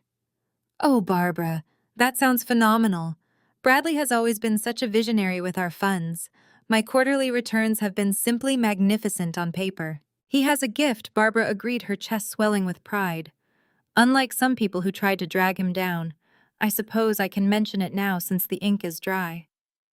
We finally finalized the divorce settlement with Caroline. It was a messy business. The poor girl completely lost her mind. She tried to claim Bradley was mismanaging funds. She even threatened to go to the authorities. Eleanor, a retired real estate mogul, gasped, setting down her crystal flute. How dreadful! Did she cause any real damage? None whatsoever. Barbara lied seamlessly. Bradley handled her perfectly. He had her sign a comprehensive non-disclosure agreement. She walked away with absolutely nothing. We cut her off completely. You simply cannot allow a bitter, hysterical woman to threaten a financial institution. The table murmured in agreement, toasting to Bradley's success and Barbara's resilience. They dined on butter-poached lobster and truffled asparagus, completely unaware that they were celebrating their own financial execution. As the plates were cleared, the waiter approached with a leather billfold. Barbara snatched it immediately, flashing a magnanimous smile at her friends. Lunch is on me, ladies. Consider it a celebration of Bradley's new venture. She pulled her heavy, custom-milled platinum credit card from her designer wallet and placed it onto the silver tray. The waiter bowed slightly and walked away. Barbara continued her monologue, detailing the private charter flight Bradley had secured for the evening. She bragged about the customized leather seats and the onboard catering. 5 minutes later, the waiter returned. He did not bow. He stood rigidly next to Barbara's chair, his face a mask of profound discomfort. He leaned down, shielding his voice from the rest of the table. I am so sorry, Mrs. Vance, the waiter whispered. Your card was declined. Barbara's smile vanished. She snatched the card off the tray. That is impossible. Run it again. Your machine is clearly malfunctioning. Do you have any idea what my credit limit is? I ran it 3 times, ma'am. The waiter replied, his tone apologetic but firm. The terminal issued a specific error code. The account has been frozen by the issuer. Barbara's face flushed a deep, violent shade of crimson. Her friends shifted uncomfortably in their seats, exchanging quick, confused glances. Barbara fumbled in her wallet, pulling out a sleek black corporate card tied directly to Bradley's firm. Fine, she snapped, shoving the black card at the waiter. Use the corporate account, and send the manager over here immediately. I will have your job for this humiliation. The waiter hurried away. Barbara took a sharp breath, pasting the smile back onto her face. Incompetent staff. The banking networks must be doing a security update. Before Eleanor could respond, her cell phone vibrated violently against the white tablecloth. A second later, Margaret's phone began to ring. Then Beatrice's phone lit up. The simultaneous ringing shattered the polite atmosphere of the dining room. Margaret picked up her phone, her brow furrowing. It is my primary wealth manager from the firm. He never calls my personal cell during lunch hours. Eleanor answered hers. Hello, yes, speaking. Wait, slow down. What do you mean? Barbara watched in mounting horror as the color rapidly drained from Eleanor's face. Margaret dropped her phone onto the table, her hands trembling violently. Margaret, Barbara asked, her voice faltering. What is it? Margaret stared at Barbara, her eyes wide with unadulterated terror. My pension. He says my entire pension fund is gone. The balance is 0. Mine too, Eleanor gasped, clutching her chest as she struggled to breathe. The manager said the federal government just locked the system. He said the accounts were emptied days ago and replaced with fake numbers. Barbara, Where is our money? Where is Bradley? Bradley zipped up a thick, full-grain leather duffel bag stuffed tightly with untraceable bearer bonds, encrypted hardware wallets, and a small fortune in international currency. The sprawling corner office of Vance Financial stood high above the city, bathed in the amber, fading glow of the setting sun. Paige stood by the panoramic floor-to-ceiling windows sipping a glass of vintage champagne, her reflection superimposed over the sprawling skyline they both believed they owned. "The jet is fully fueled," Paige announced, checking her diamond-encrusted watch with a self-satisfied grin. "The pilots are just waiting on our signal to taxi to the private runway. We have exactly 2 hours before we need to leave the building. We are actually doing this." Bradley adjusted the cuffs of his bespoke tailored suit, a smug, invincible smirk plastered across his face. He walked over to the heavy industrial shredder humming violently in the corner of the room, feeding the last few physical ledgers, and printed routing codes into its steel teeth. "Let my mother handle the fallout with her little country club friends," Bradley said, brushing invisible dust from his lapel.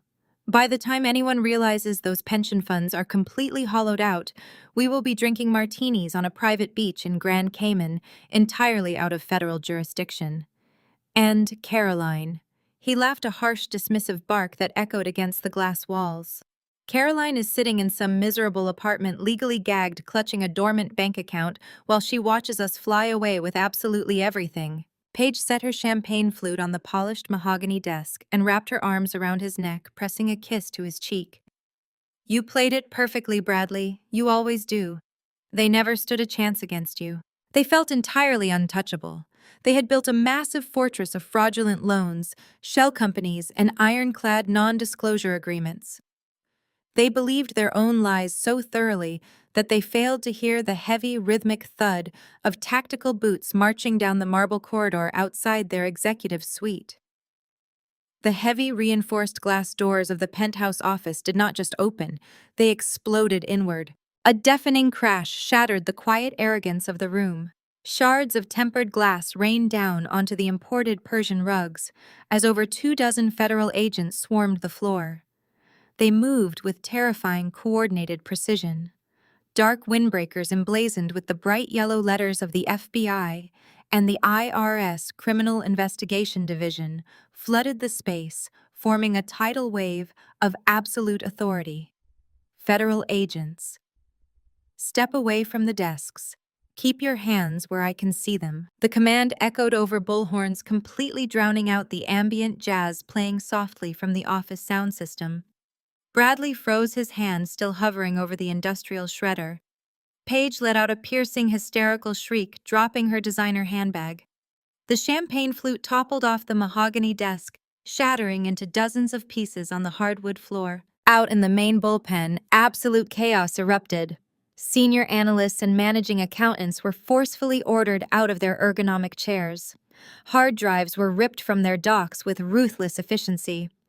Agents began taping bright red federal seizure notices over computer monitors and locking down massive file cabinets with heavy industrial zip ties. The entire financial infrastructure of Vance Financial was being dismantled and confiscated in real time. "What is the meaning of this?" Bradley roared, his initial shock rapidly morphing into explosive, entitled rage. He stepped away from the shredder, puffing out his chest, attempting to project the aggressive authority he used to terrify his subordinates. "Do you have any idea who I am? This is a private financial institution. You cannot just break down my doors like common thugs. I will have every single one of your badges for this outrage." A tall, broad-shouldered lead agent stepped crunching through the broken glass of the doorway. He did not look impressed by the antique mahogany desk, the panoramic city view, or Bradley's tailored suit. He carried a thick manila folder and possessed the cold, unyielding demeanor of a man who had taken down international cartels and corrupt politicians. "Bradley Vance," the lead agent said, his voice cutting through the shouting and the chaos like a steel blade. "Step away from the shredder and put your hands flat on the desk. Now. I am not doing a damn thing until I speak to my legal counsel." Bradley spat his face, turning a dangerous, volatile shade of crimson. "You have absolutely no jurisdiction here. My corporate attorneys will bury this entire department under a mountain of injunctions before you even reach the lobby." The lead agent did not flinch. He gave a sharp nod to two tactical officers who instantly moved in, grabbing Bradley by the arms and forcefully pressing him face down onto the glass surface of his own desk. Bradley thrashed violently against their unyielding grip, shouting indignities and screaming legal threats, but he was entirely powerless. Paige backed away toward the windows, trembling so violently she could barely stand. "Do not touch me!" she shrieked, as a female IRS agent approached her with a pair of heavy zip ties. "We have a flight to catch. We are leaving the country tonight. You are ruining my silk dress." "Nobody is going anywhere, ma'am," the female agent replied, with absolute indifference, securely binding Paige's wrists together behind her back. The lead agent stepped up to the desk, looking down at Bradley's contorted, furious face mashed against the glass top. He calmly flipped open the manila folder. "Bradley Vance, you are under arrest for conspiracy to commit wire fraud, massive money laundering, embezzlement of private pension funds, and federal tax evasion." The agent read his tone entirely conversational, as if reading a grocery list. "You have the right to remain silent. Anything you say can and will be used against you in a court of law. You have the right to an attorney." "I do not need a public defender, you absolute moron!" Bradley screamed, struggling uselessly against the heavy hands holding him down. "I have millions of dollars in liquid assets." Paige, listen to me." Bradley twisted his head frantically, searching the room for his fiancée. "Get your burner phone out. Call the Cayman bank manager immediately. Give him my secure authorization code. Transfer the funds right now. Move it all to the secondary offshore ledger. They cannot touch international accounts." He was desperately clinging to his ultimate safety net. He truly believed that as long as the stolen money was sitting in the Caribbean, he could buy his way out of this spectacular nightmare. He thought the non-disclosure agreement he had forced Caroline to sign had permanently protected his offshore haven. The lead agent sighed heavily, snapping the manila folder shut. He leaned down until he was mere inches from Bradley's ear. "You can stop yelling at your girlfriend." "Mr. Vance," the agent said, his voice completely devoid of sympathy. "There is nobody left to call." Bradley stopped thrashing. A sudden, chilling realization began to wash over his flushed features. "What are you talking about? Those accounts are fully secured. You do not have the jurisdiction to freeze foreign assets without a sovereign warrant." "You are absolutely correct," the agent replied, standing back up and adjusting his windbreaker. "We cannot freeze foreign assets, but the registered sole owner of those specific Cayman accounts voluntarily surrendered them to the United States Treasury this morning." Bradley's eyes widened in sheer, unadulterated panic. "That is impossible. I am the sole owner. Those accounts are under my proprietary corporate control." "Not according to the legally binding settlement agreement you proudly signed 48 hours ago," the agent stated, pulling a copy of the amended contract from his pocket and dropping it onto the desk right in front of Bradley's face. The clause transferring account 4402 was highlighted in bright yellow marker. The agent smiled a cold, devastating expression of absolute victory. "Your ex-wife walked into our field office at dawn. She provided the encrypted routing numbers linking this dormant domestic account directly to your entire offshore network. Those accounts were seized by the federal government at exactly 8 o'clock this morning."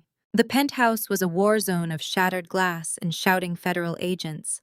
Bradley's screams of outrage were swallowed by the methodical, terrifying efficiency of the raid. Agents tore into filing cabinets, ripped encrypted servers from the walls, and barked orders at the remaining executives who had dropped to their knees in surrender. In the center of the chaos, Paige realized she was completely invisible. The lead agent was entirely focused on Bradley, who was currently thrashing against the mahogany desk, demanding to call senators and offshore bank managers. Paige's mind raced. She was the vice president of acquisitions. Her signature was on dozens of fraudulent transfer documents. She had personally authorized the shell accounts that funneled the stolen pension money into the Cayman ledgers. If Bradley was going down for federal wire fraud, she was going down as his primary co-conspirator. She slowly backed away from the panoramic windows. The female agent who had previously threatened to zip-tie her wrists was currently distracted, cataloging a stack of bearer bonds found in Bradley's open duffel bag. Paige took another silent step backward, slipping behind a towering marble pillar.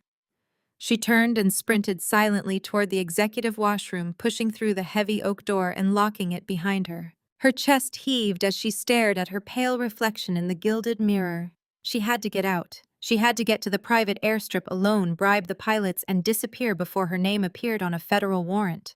She kicked off her designer stilettos, leaving them discarded on the imported tile. She opened the secondary maintenance door hidden at the back of the washroom, stepping into the harsh fluorescent lighting of the emergency stairwell. The heavy steel door slammed shut, cutting off the sounds of the raid entirely. Paige gripped the cold iron railing and began her descent. Her bare feet slapped against the freezing concrete. 40 floors to the underground parking garage. Her lungs burned with every breath. Her silk resort dress clung to her skin, drenched in a cold sweat of sheer panic. She counted the floor numbers painted in stark red on the cinderblock walls. 30, 20, 10. She visualized her sleek luxury SUV waiting in her reserved executive parking space. She just needed the keys from the valet lockbox. She could drive across the border, secure a new identity, anything to escape the nightmare unfolding in the penthouse above. She hit the final landing, gasping for air, her feet bruised and bleeding from the abrasive concrete. She threw her entire body weight against the heavy push bar of the exit door. It swung open, revealing the dim, cavernous expanse of the underground executive garage. Paige stumbled through the threshold and froze. Standing directly in the center of the loading bay, blocking her path to the parking deck, were Caroline and Nia. Caroline looked absolutely unrecognizable. The defeated, weeping woman from Barbara's parlor was completely gone. In her place stood a woman composed of ice and steel. She wore a sharp, tailored trench coat, her arms crossed, her expression radiating absolute authority. Nia stood right beside her, holding her leather briefcase, looking remarkably like a bodyguard waiting for an order. "Move!" Paige gasped, her voice trembling as she pointed a shaking finger at them. "Get out of my way, right now!" Caroline did not flinch. She did not even blink. She simply looked at Paige's bleeding feet and ruined silk dress with an expression of profound pity. "You are not going to the Caymans, Paige. You are not going anywhere ever again." Paige's panic boiled over into a blind, explosive rage. The realization that Caroline, the woman she had mocked and belittled for years, was the architect of her destruction, shattered her sanity. "You ruined my life!" Paige screamed, the sound tearing through her throat and echoing violently off the concrete walls of the parking garage. "You jealous, pathetic loser! You ruined everything." Paige lunged forward with explosive speed, raising her hand to strike Caroline across the face with all her remaining strength. She never made contact. Caroline's hand shot up like a striking viper, catching Paige's wrist mid-air. The impact cracked sharply in the empty garage. Caroline's grip was absolute iron. She twisted Paige's wrist downward, forcing the other woman to stumble forward, locking her entirely in place. Paige gasped in shock, struggling uselessly against Caroline's unyielding hold. "You spent 5 years snapping your fingers at me," Caroline said, her voice dropping to a low, lethal whisper. "You spent 5 long years making me fetch your iced macchiatos, forcing me to pick up your dry cleaning, and making me organize your lunch schedules while I worked at the firm. You looked right through me. You treated me like a glorified servant while you were sleeping with my husband in my own bed." "Let me go," Paige hissed, kicking out wildly, but Caroline easily stepped aside, maintaining her crushing grip on Paige's wrist. "You thought I was stupid," Caroline continued, her tone conversational but laced with venom. "You thought because I fetched your coffee, I could not read the financial ledgers you carelessly left open on your desk. You thought because I quietly scheduled your appointments, I could not see the fraudulent offshore shell companies you were building with Bradley. You treated me like the help page, but the help just liquidated your entire existence." Caroline stepped closer, her eyes dropping from Paige's terrified face to her throat. Resting against Paige's collarbone was a heavy, brilliant emerald necklace, set in antique platinum. "That belongs to my grandmother, Caroline," stated her voice devoid of any warmth. "Bradley gave it to me." Paige spat a last desperate attempt at defiance. He said it looked better on someone with actual class. He took it out of your family trust because you did not deserve it. Caroline reached out with her free hand. She did not yank or pull. With terrifying calmness, her fingers found the delicate platinum clasp at the back of Paige's neck. She unhooked it smoothly. The heavy emerald stones slid down Paige's chest, pooling like green fire into Caroline's open palm. He stole it, Caroline corrected, stepping backward and slipping the antique necklace securely into her trench coat pocket. Just like he stole everything else. And now I am taking it all back. The heavy steel doors leading to the adjacent security office suddenly banged open. Paige spun around, her eyes wide with terror. 4 federal agents emerged from the hallway, their tactical vests identifying them as IRS criminal investigators. They marched straight toward the loading bay, their faces set in grim determination. Paige Vance, the lead agent, announced, pulling a pair of heavy steel handcuffs from his tactical belt. You are under arrest for federal wire fraud conspiracy to commit money laundering and tax evasion. Paige opened her mouth to scream, but the agents were already on her. They grabbed her arms, spinning her around and slamming her wrists together behind her back. The sharp metallic ratcheting of the handcuffs locking into place echoed loudly across the concrete garage. Paige sobbed openly now, her knees buckling as the agents hauled her upward, completely ignoring her pleas for mercy. Caroline stood beside Nia, watching silently as the woman who had tormented her was dragged away toward the waiting federal transport vehicles. There was no pity left in Caroline's heart. There was only the cold, satisfying reality of absolute justice. The dining room of the Oakwood Country Club was already descending into a chaotic, breathless panic. Margaret and Eleanor were clutching their phones, demanding answers from their respective wealth managers as the reality of their drained pension accounts set in. Barbara sat frozen at the head of the table, clutching her useless black corporate card. She opened her mouth to offer another fabricated excuse, but the words died in her throat. Every flat-screen television mounted above the mahogany bar simultaneously switched from the afternoon golf tournament to a breaking news alert. A bright red banner flashed across the bottom of the screens. Massive federal raid at Vance Financial. The ambient chatter of the country club instantly vanished. Waiters stopped mid-stride. Wealthy patrons turned in their leather booths, staring up at the screens in absolute shock. The news anchor's voice echoed through the silent dining room, describing a coordinated strike by the FBI and the IRS Criminal Investigation Division.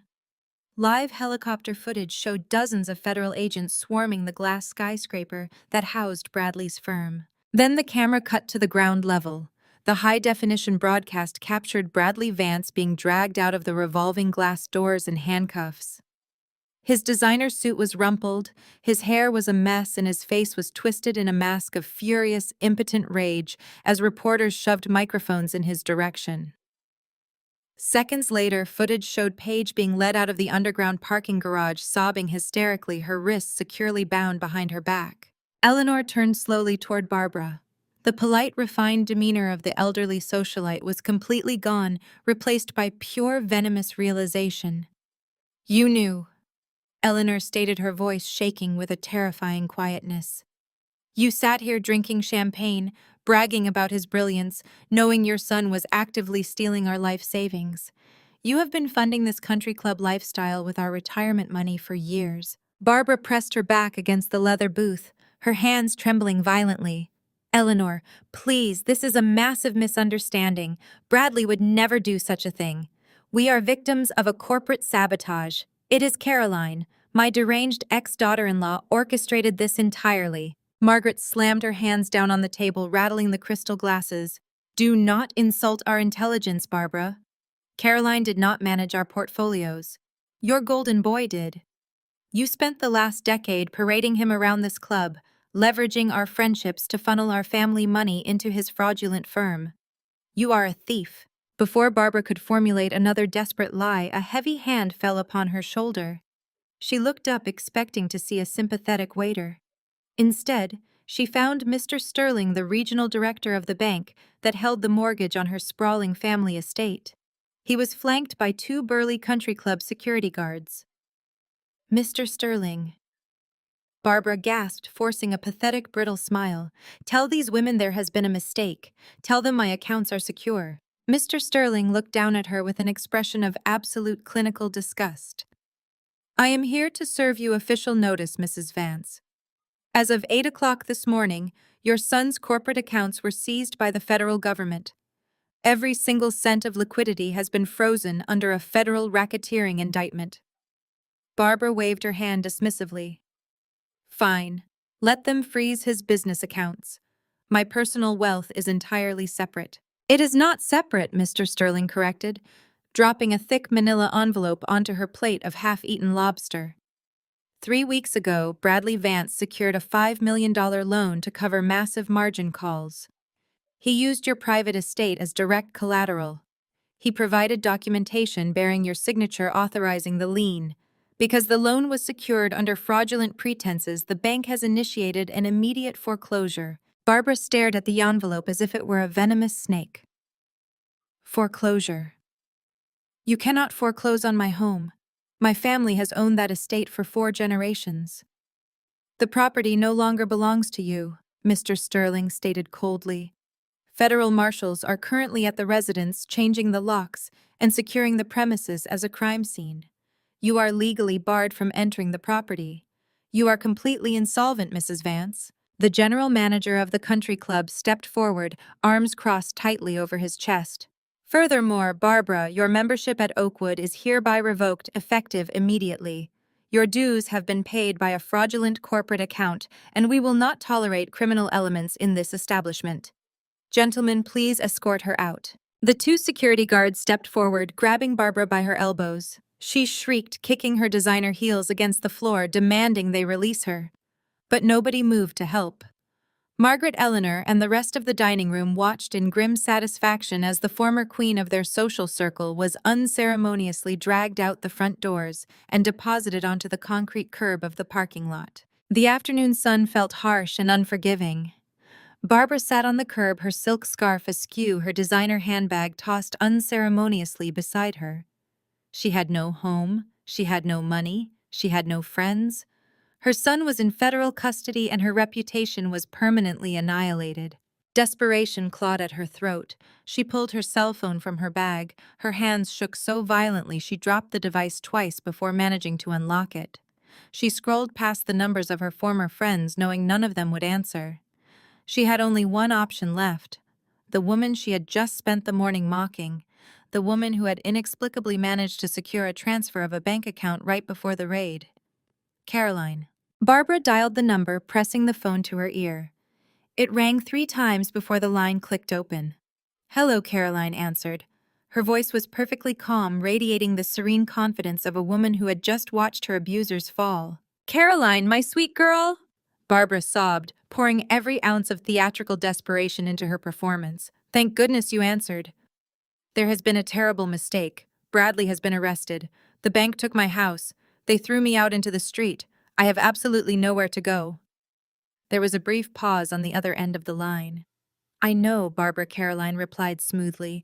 I watched it happen on the news. You have to help me, Caroline. I need a place to stay, just for a few nights until we clear up this ridiculous misunderstanding. Bradley tricked me too. He used my estate. We are both victims here. Please, Caroline, we are family. I always loved you like my own daughter. You know I did.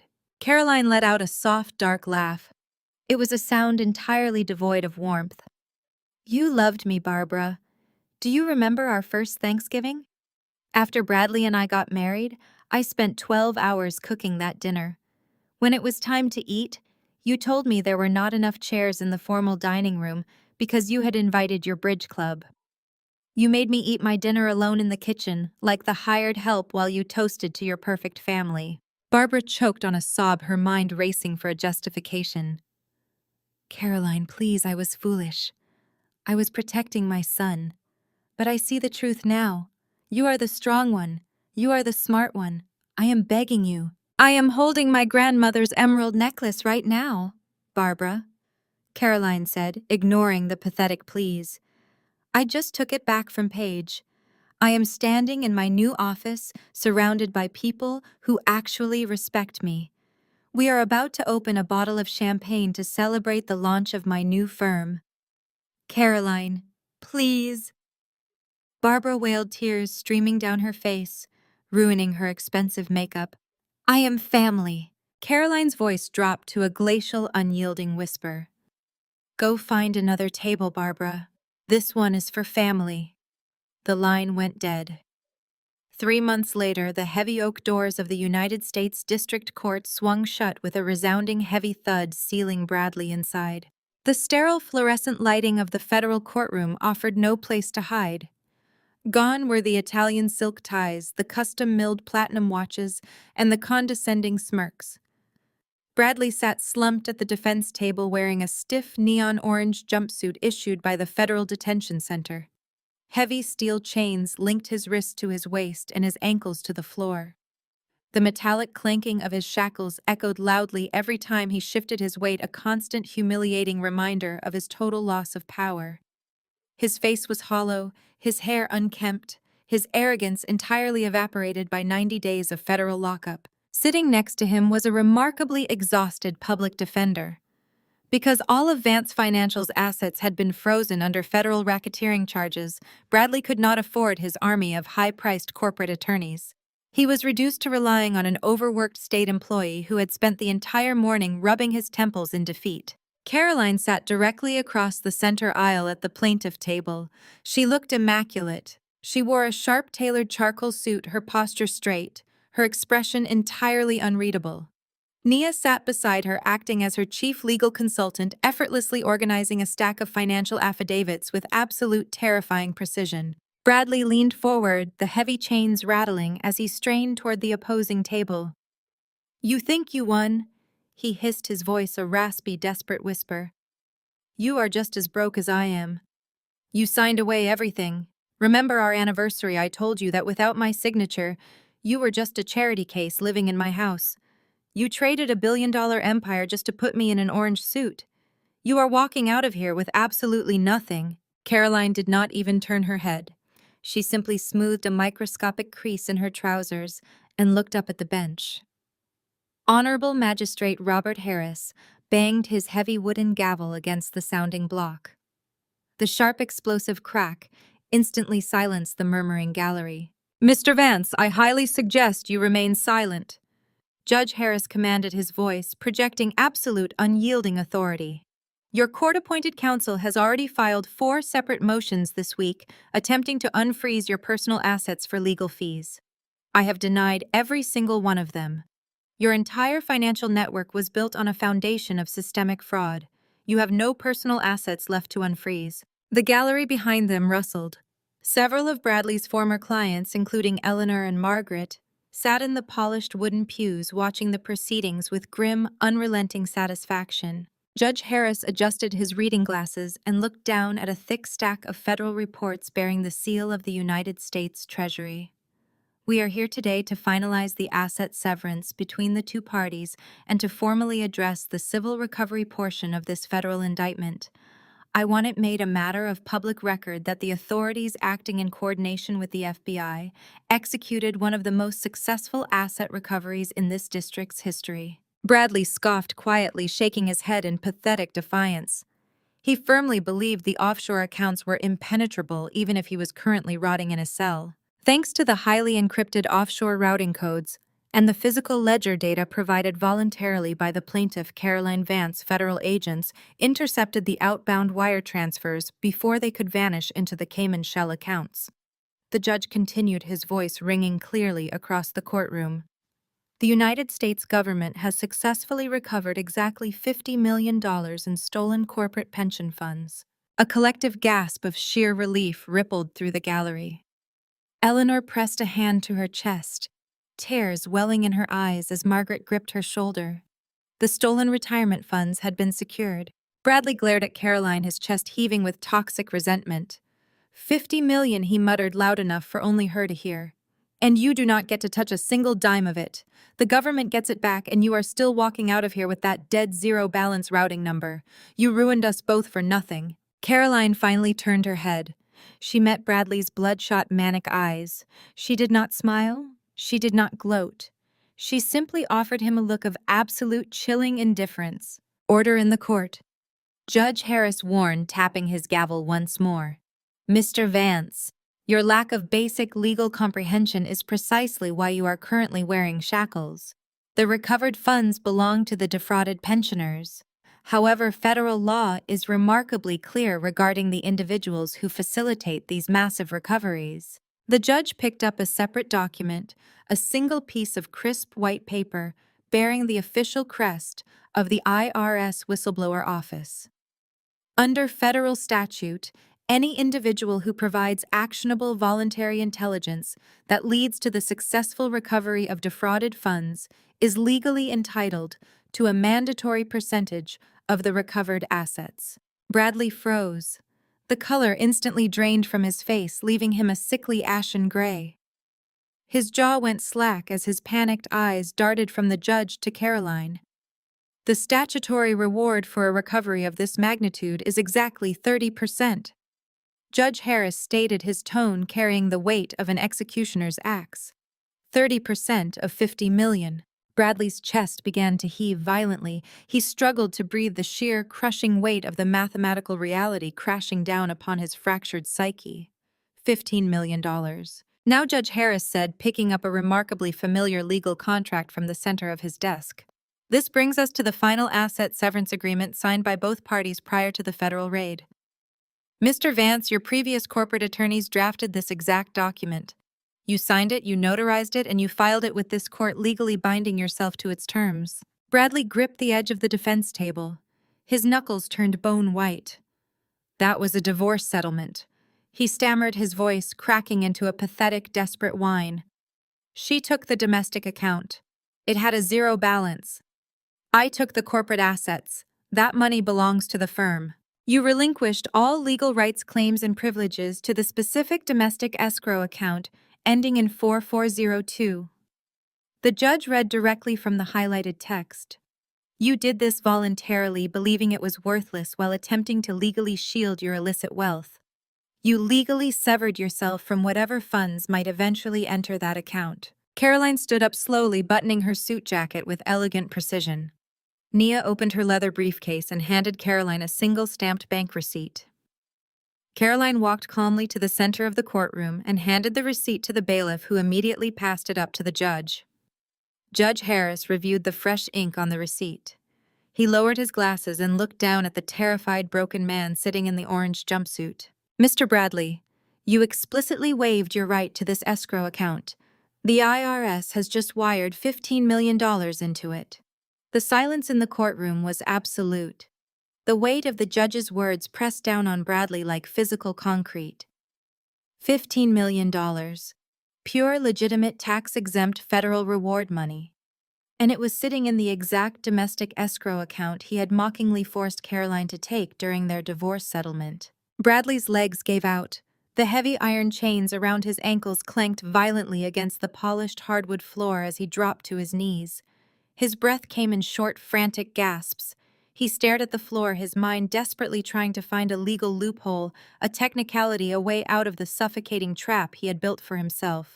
There was none. He had personally instructed his high-priced corporate attorneys to draft the ironclad non-disclosure agreement.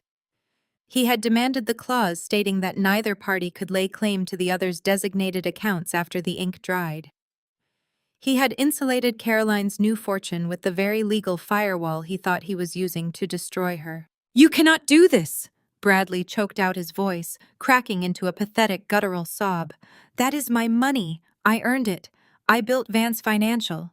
She did nothing but sign a piece of paper." Judge Harris leaned forward, his face a mask of judicial disdain. "You did not earn anything, Mr. Vance. You stole from widows, pensioners, and working families. Caroline Vance performed a profound public service by dismantling your criminal enterprise. The federal government rewards that service. You are entitled to absolutely nothing except a cell block." Across the aisle, Paige sat at the secondary defense table wearing a matching neon orange jumpsuit. Her blonde hair was stringy and unwashed, her posture slumped in defeat. She had been listening to the exchange with mounting horror. The illusion of Bradley's invincible intellect had just been obliterated in front of her eyes. He was not a mastermind.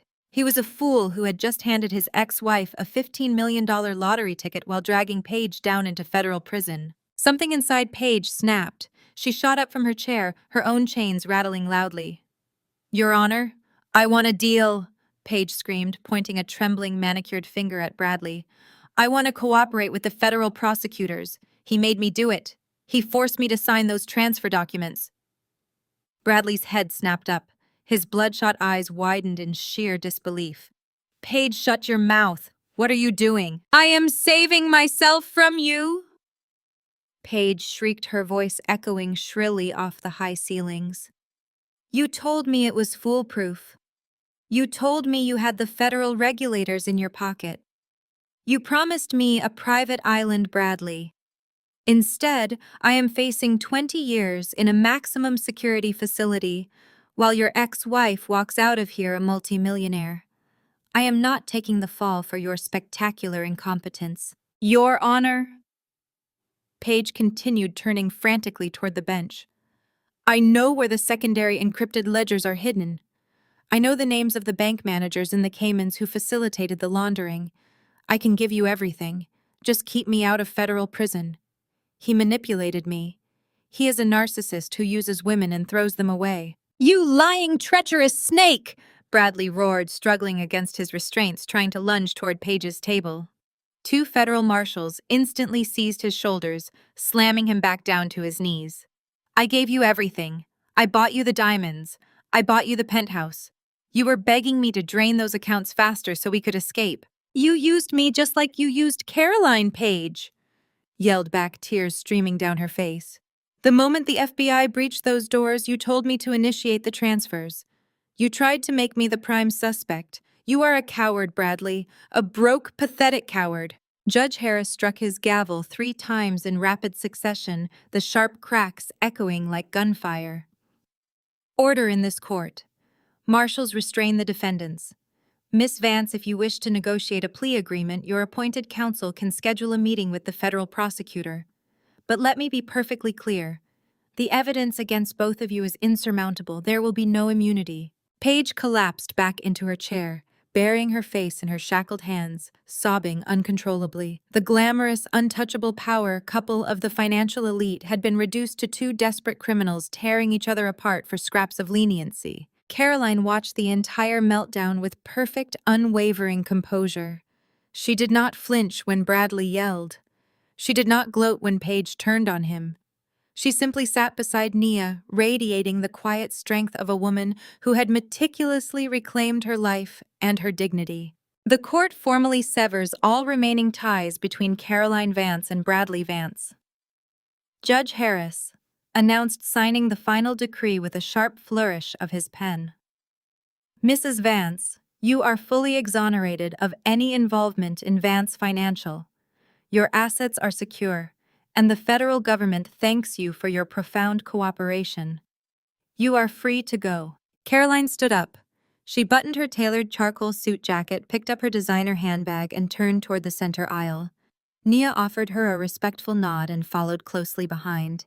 As Caroline walked past the defense table, Bradley desperately threw himself forward, his chest hitting the heavy wooden railing. The marshals tightened their grip, but Bradley strained against them, his eyes wide with utter humiliating desperation. "Caroline, wait!" Bradley begged, his voice stripped of all its former arrogance, reduced to a hollow, frantic whimper. "Please. My public defender is useless. He is going to let them give me a life sentence. I have nothing left. My mother is homeless. My accounts are seized. I need a real defense attorney. Just loan me 100,000, 50,000, anything. You have $15 million. We were married for 5 years. You owe me." Caroline stopped. She turned slowly, looking down at the man who had tormented her, manipulated her, and tried to leave her destitute. She looked at his orange jumpsuit, his shackled wrists, and the absolute terror in his eyes. She unclasped her designer handbag.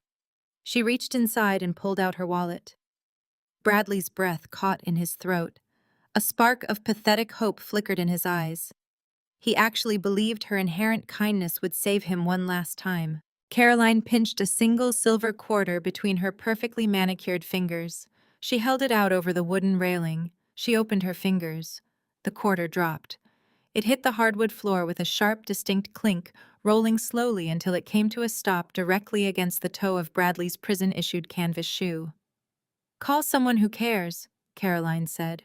She turned her back on him and walked out of the courtroom, the heavy oak doors closing firmly behind her, shutting out the sound of Bradley's desperate sobbing forever. The heavy oak doors of the United States District Court clicked shut with a resounding finality, instantly cutting off the pathetic, desperate sobbing of a broken man. Caroline stepped out into the crisp, sunlit air of the courthouse plaza. She took a deep, steadying breath, filling her lungs with the pristine taste of absolute freedom. She did not look back. Not once. She had walked into that building as a survivor, but she walked out as an architect of her own destiny. 6 months passed. The grand opening of the culinary canvas. Ethan's new flagship restaurant was the most highly anticipated gastronomic event in the city. Caroline stepped out of a sleek black town car, handing the keys to a waiting valet. The glowing neon sign above the entrance reflected off the polished glass doors, illuminating the vibrant electric energy inside. It was a massive multi-level dining experience, flawlessly blending high-end culinary artistry with a warm, inviting aesthetic. Exposed brick-sweeping mahogany accents and soft ambient lighting created an atmosphere of undeniable success. Caroline had funded the entire venture with a fraction of her federal whistleblower reward. It was not a handout, but an ironclad investment in a brother she finally recognized as her true family. He possessed the vision, and she possessed the capital. Together, they were unstoppable. Ethan emerged from the bustling open kitchen, wiping his hands on a pristine white apron. His face beamed with a mixture of intense exhaustion and pure, unadulterated joy. He pulled Caroline into a crushing hug, smelling of roasted garlic, fresh herbs, and expensive truffles. He had a full, dedicated staff, a booked-out reservation list extending into the next year, and the profound respect he had always deserved, but had been routinely denied by their toxic parents. The front doors swung open again, and Nia strode in, radiating her usual commanding, untouchable presence. She tossed her designer trench coat to the hostess and marched straight toward Caroline and Ethan, holding up a sleek, leather-embossed folder. She had just been named senior partner at her prestigious corporate law firm, making her one of the youngest women in the city to ever secure the title. The promotion was the inevitable reward for her flawless, ruthless execution of the Vance financial takedown. They celebrated over a private tasting menu, raising glasses of vintage wine to closed chapters, ruined enemies, and newly forged empires. There were no manipulative family dynamics, no condescending remarks, and no hidden agendas. Just 3 individuals who had fought their way to the top and won on their own terms. Later that evening, the celebration relocated to Caroline's new residence. She stepped out onto the sprawling, wraparound balcony of her luxury penthouse suite. The city skyline stretched out before her, a glittering, endless tapestry of light and ambition. The cool night wind brushed against her skin, carrying the distant, vibrant hum of the metropolis.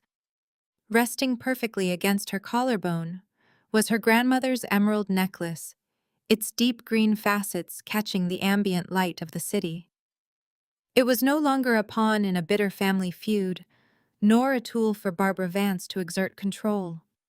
It was a symbol of reclaimed heritage resting exactly where it belonged. Inside the massive, open-concept living room, a flat-screen television played the evening news on low volume.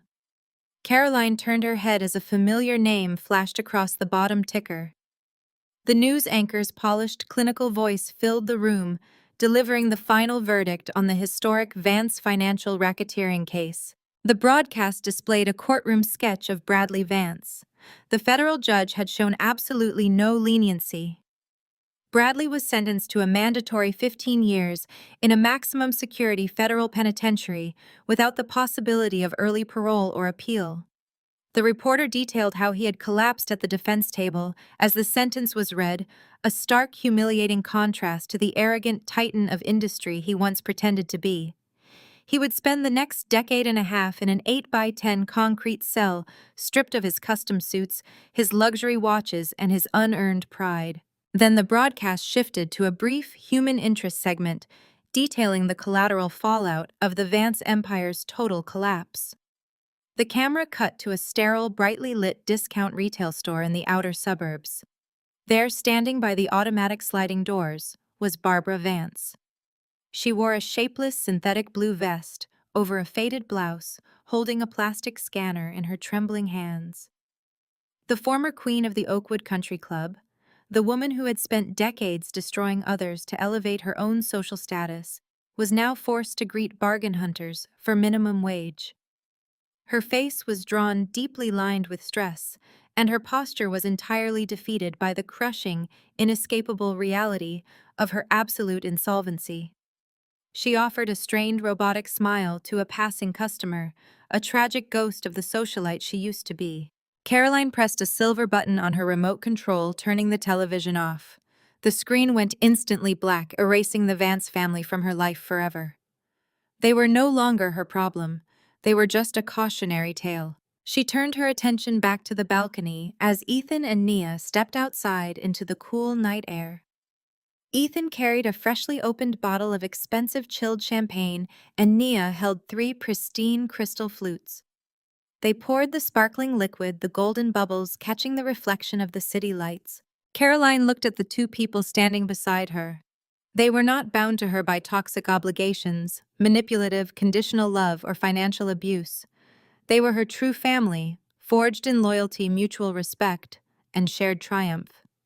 She did not have to earn their approval, and they did not have to earn hers. Caroline raised her glass high against the backdrop of the glowing, limitless skyline. Ethan and Nia raised theirs to meet hers. They clinked their glasses together, the clear, sharp ring of crystal echoing into the peaceful night. Caroline took a slow, deliberate sip of the champagne, savoring the crisp, triumphant taste of total independence. She had lost everything only to build an empire that nobody could ever take away. The journey of Caroline illustrates the profound truth that true security and self-worth can never be tied to toxic individuals who demand our constant subjugation. By walking away from manipulation and reclaiming her own power, she demonstrated that our lowest moments can serve as the ultimate foundation for rebuilding an authentic life.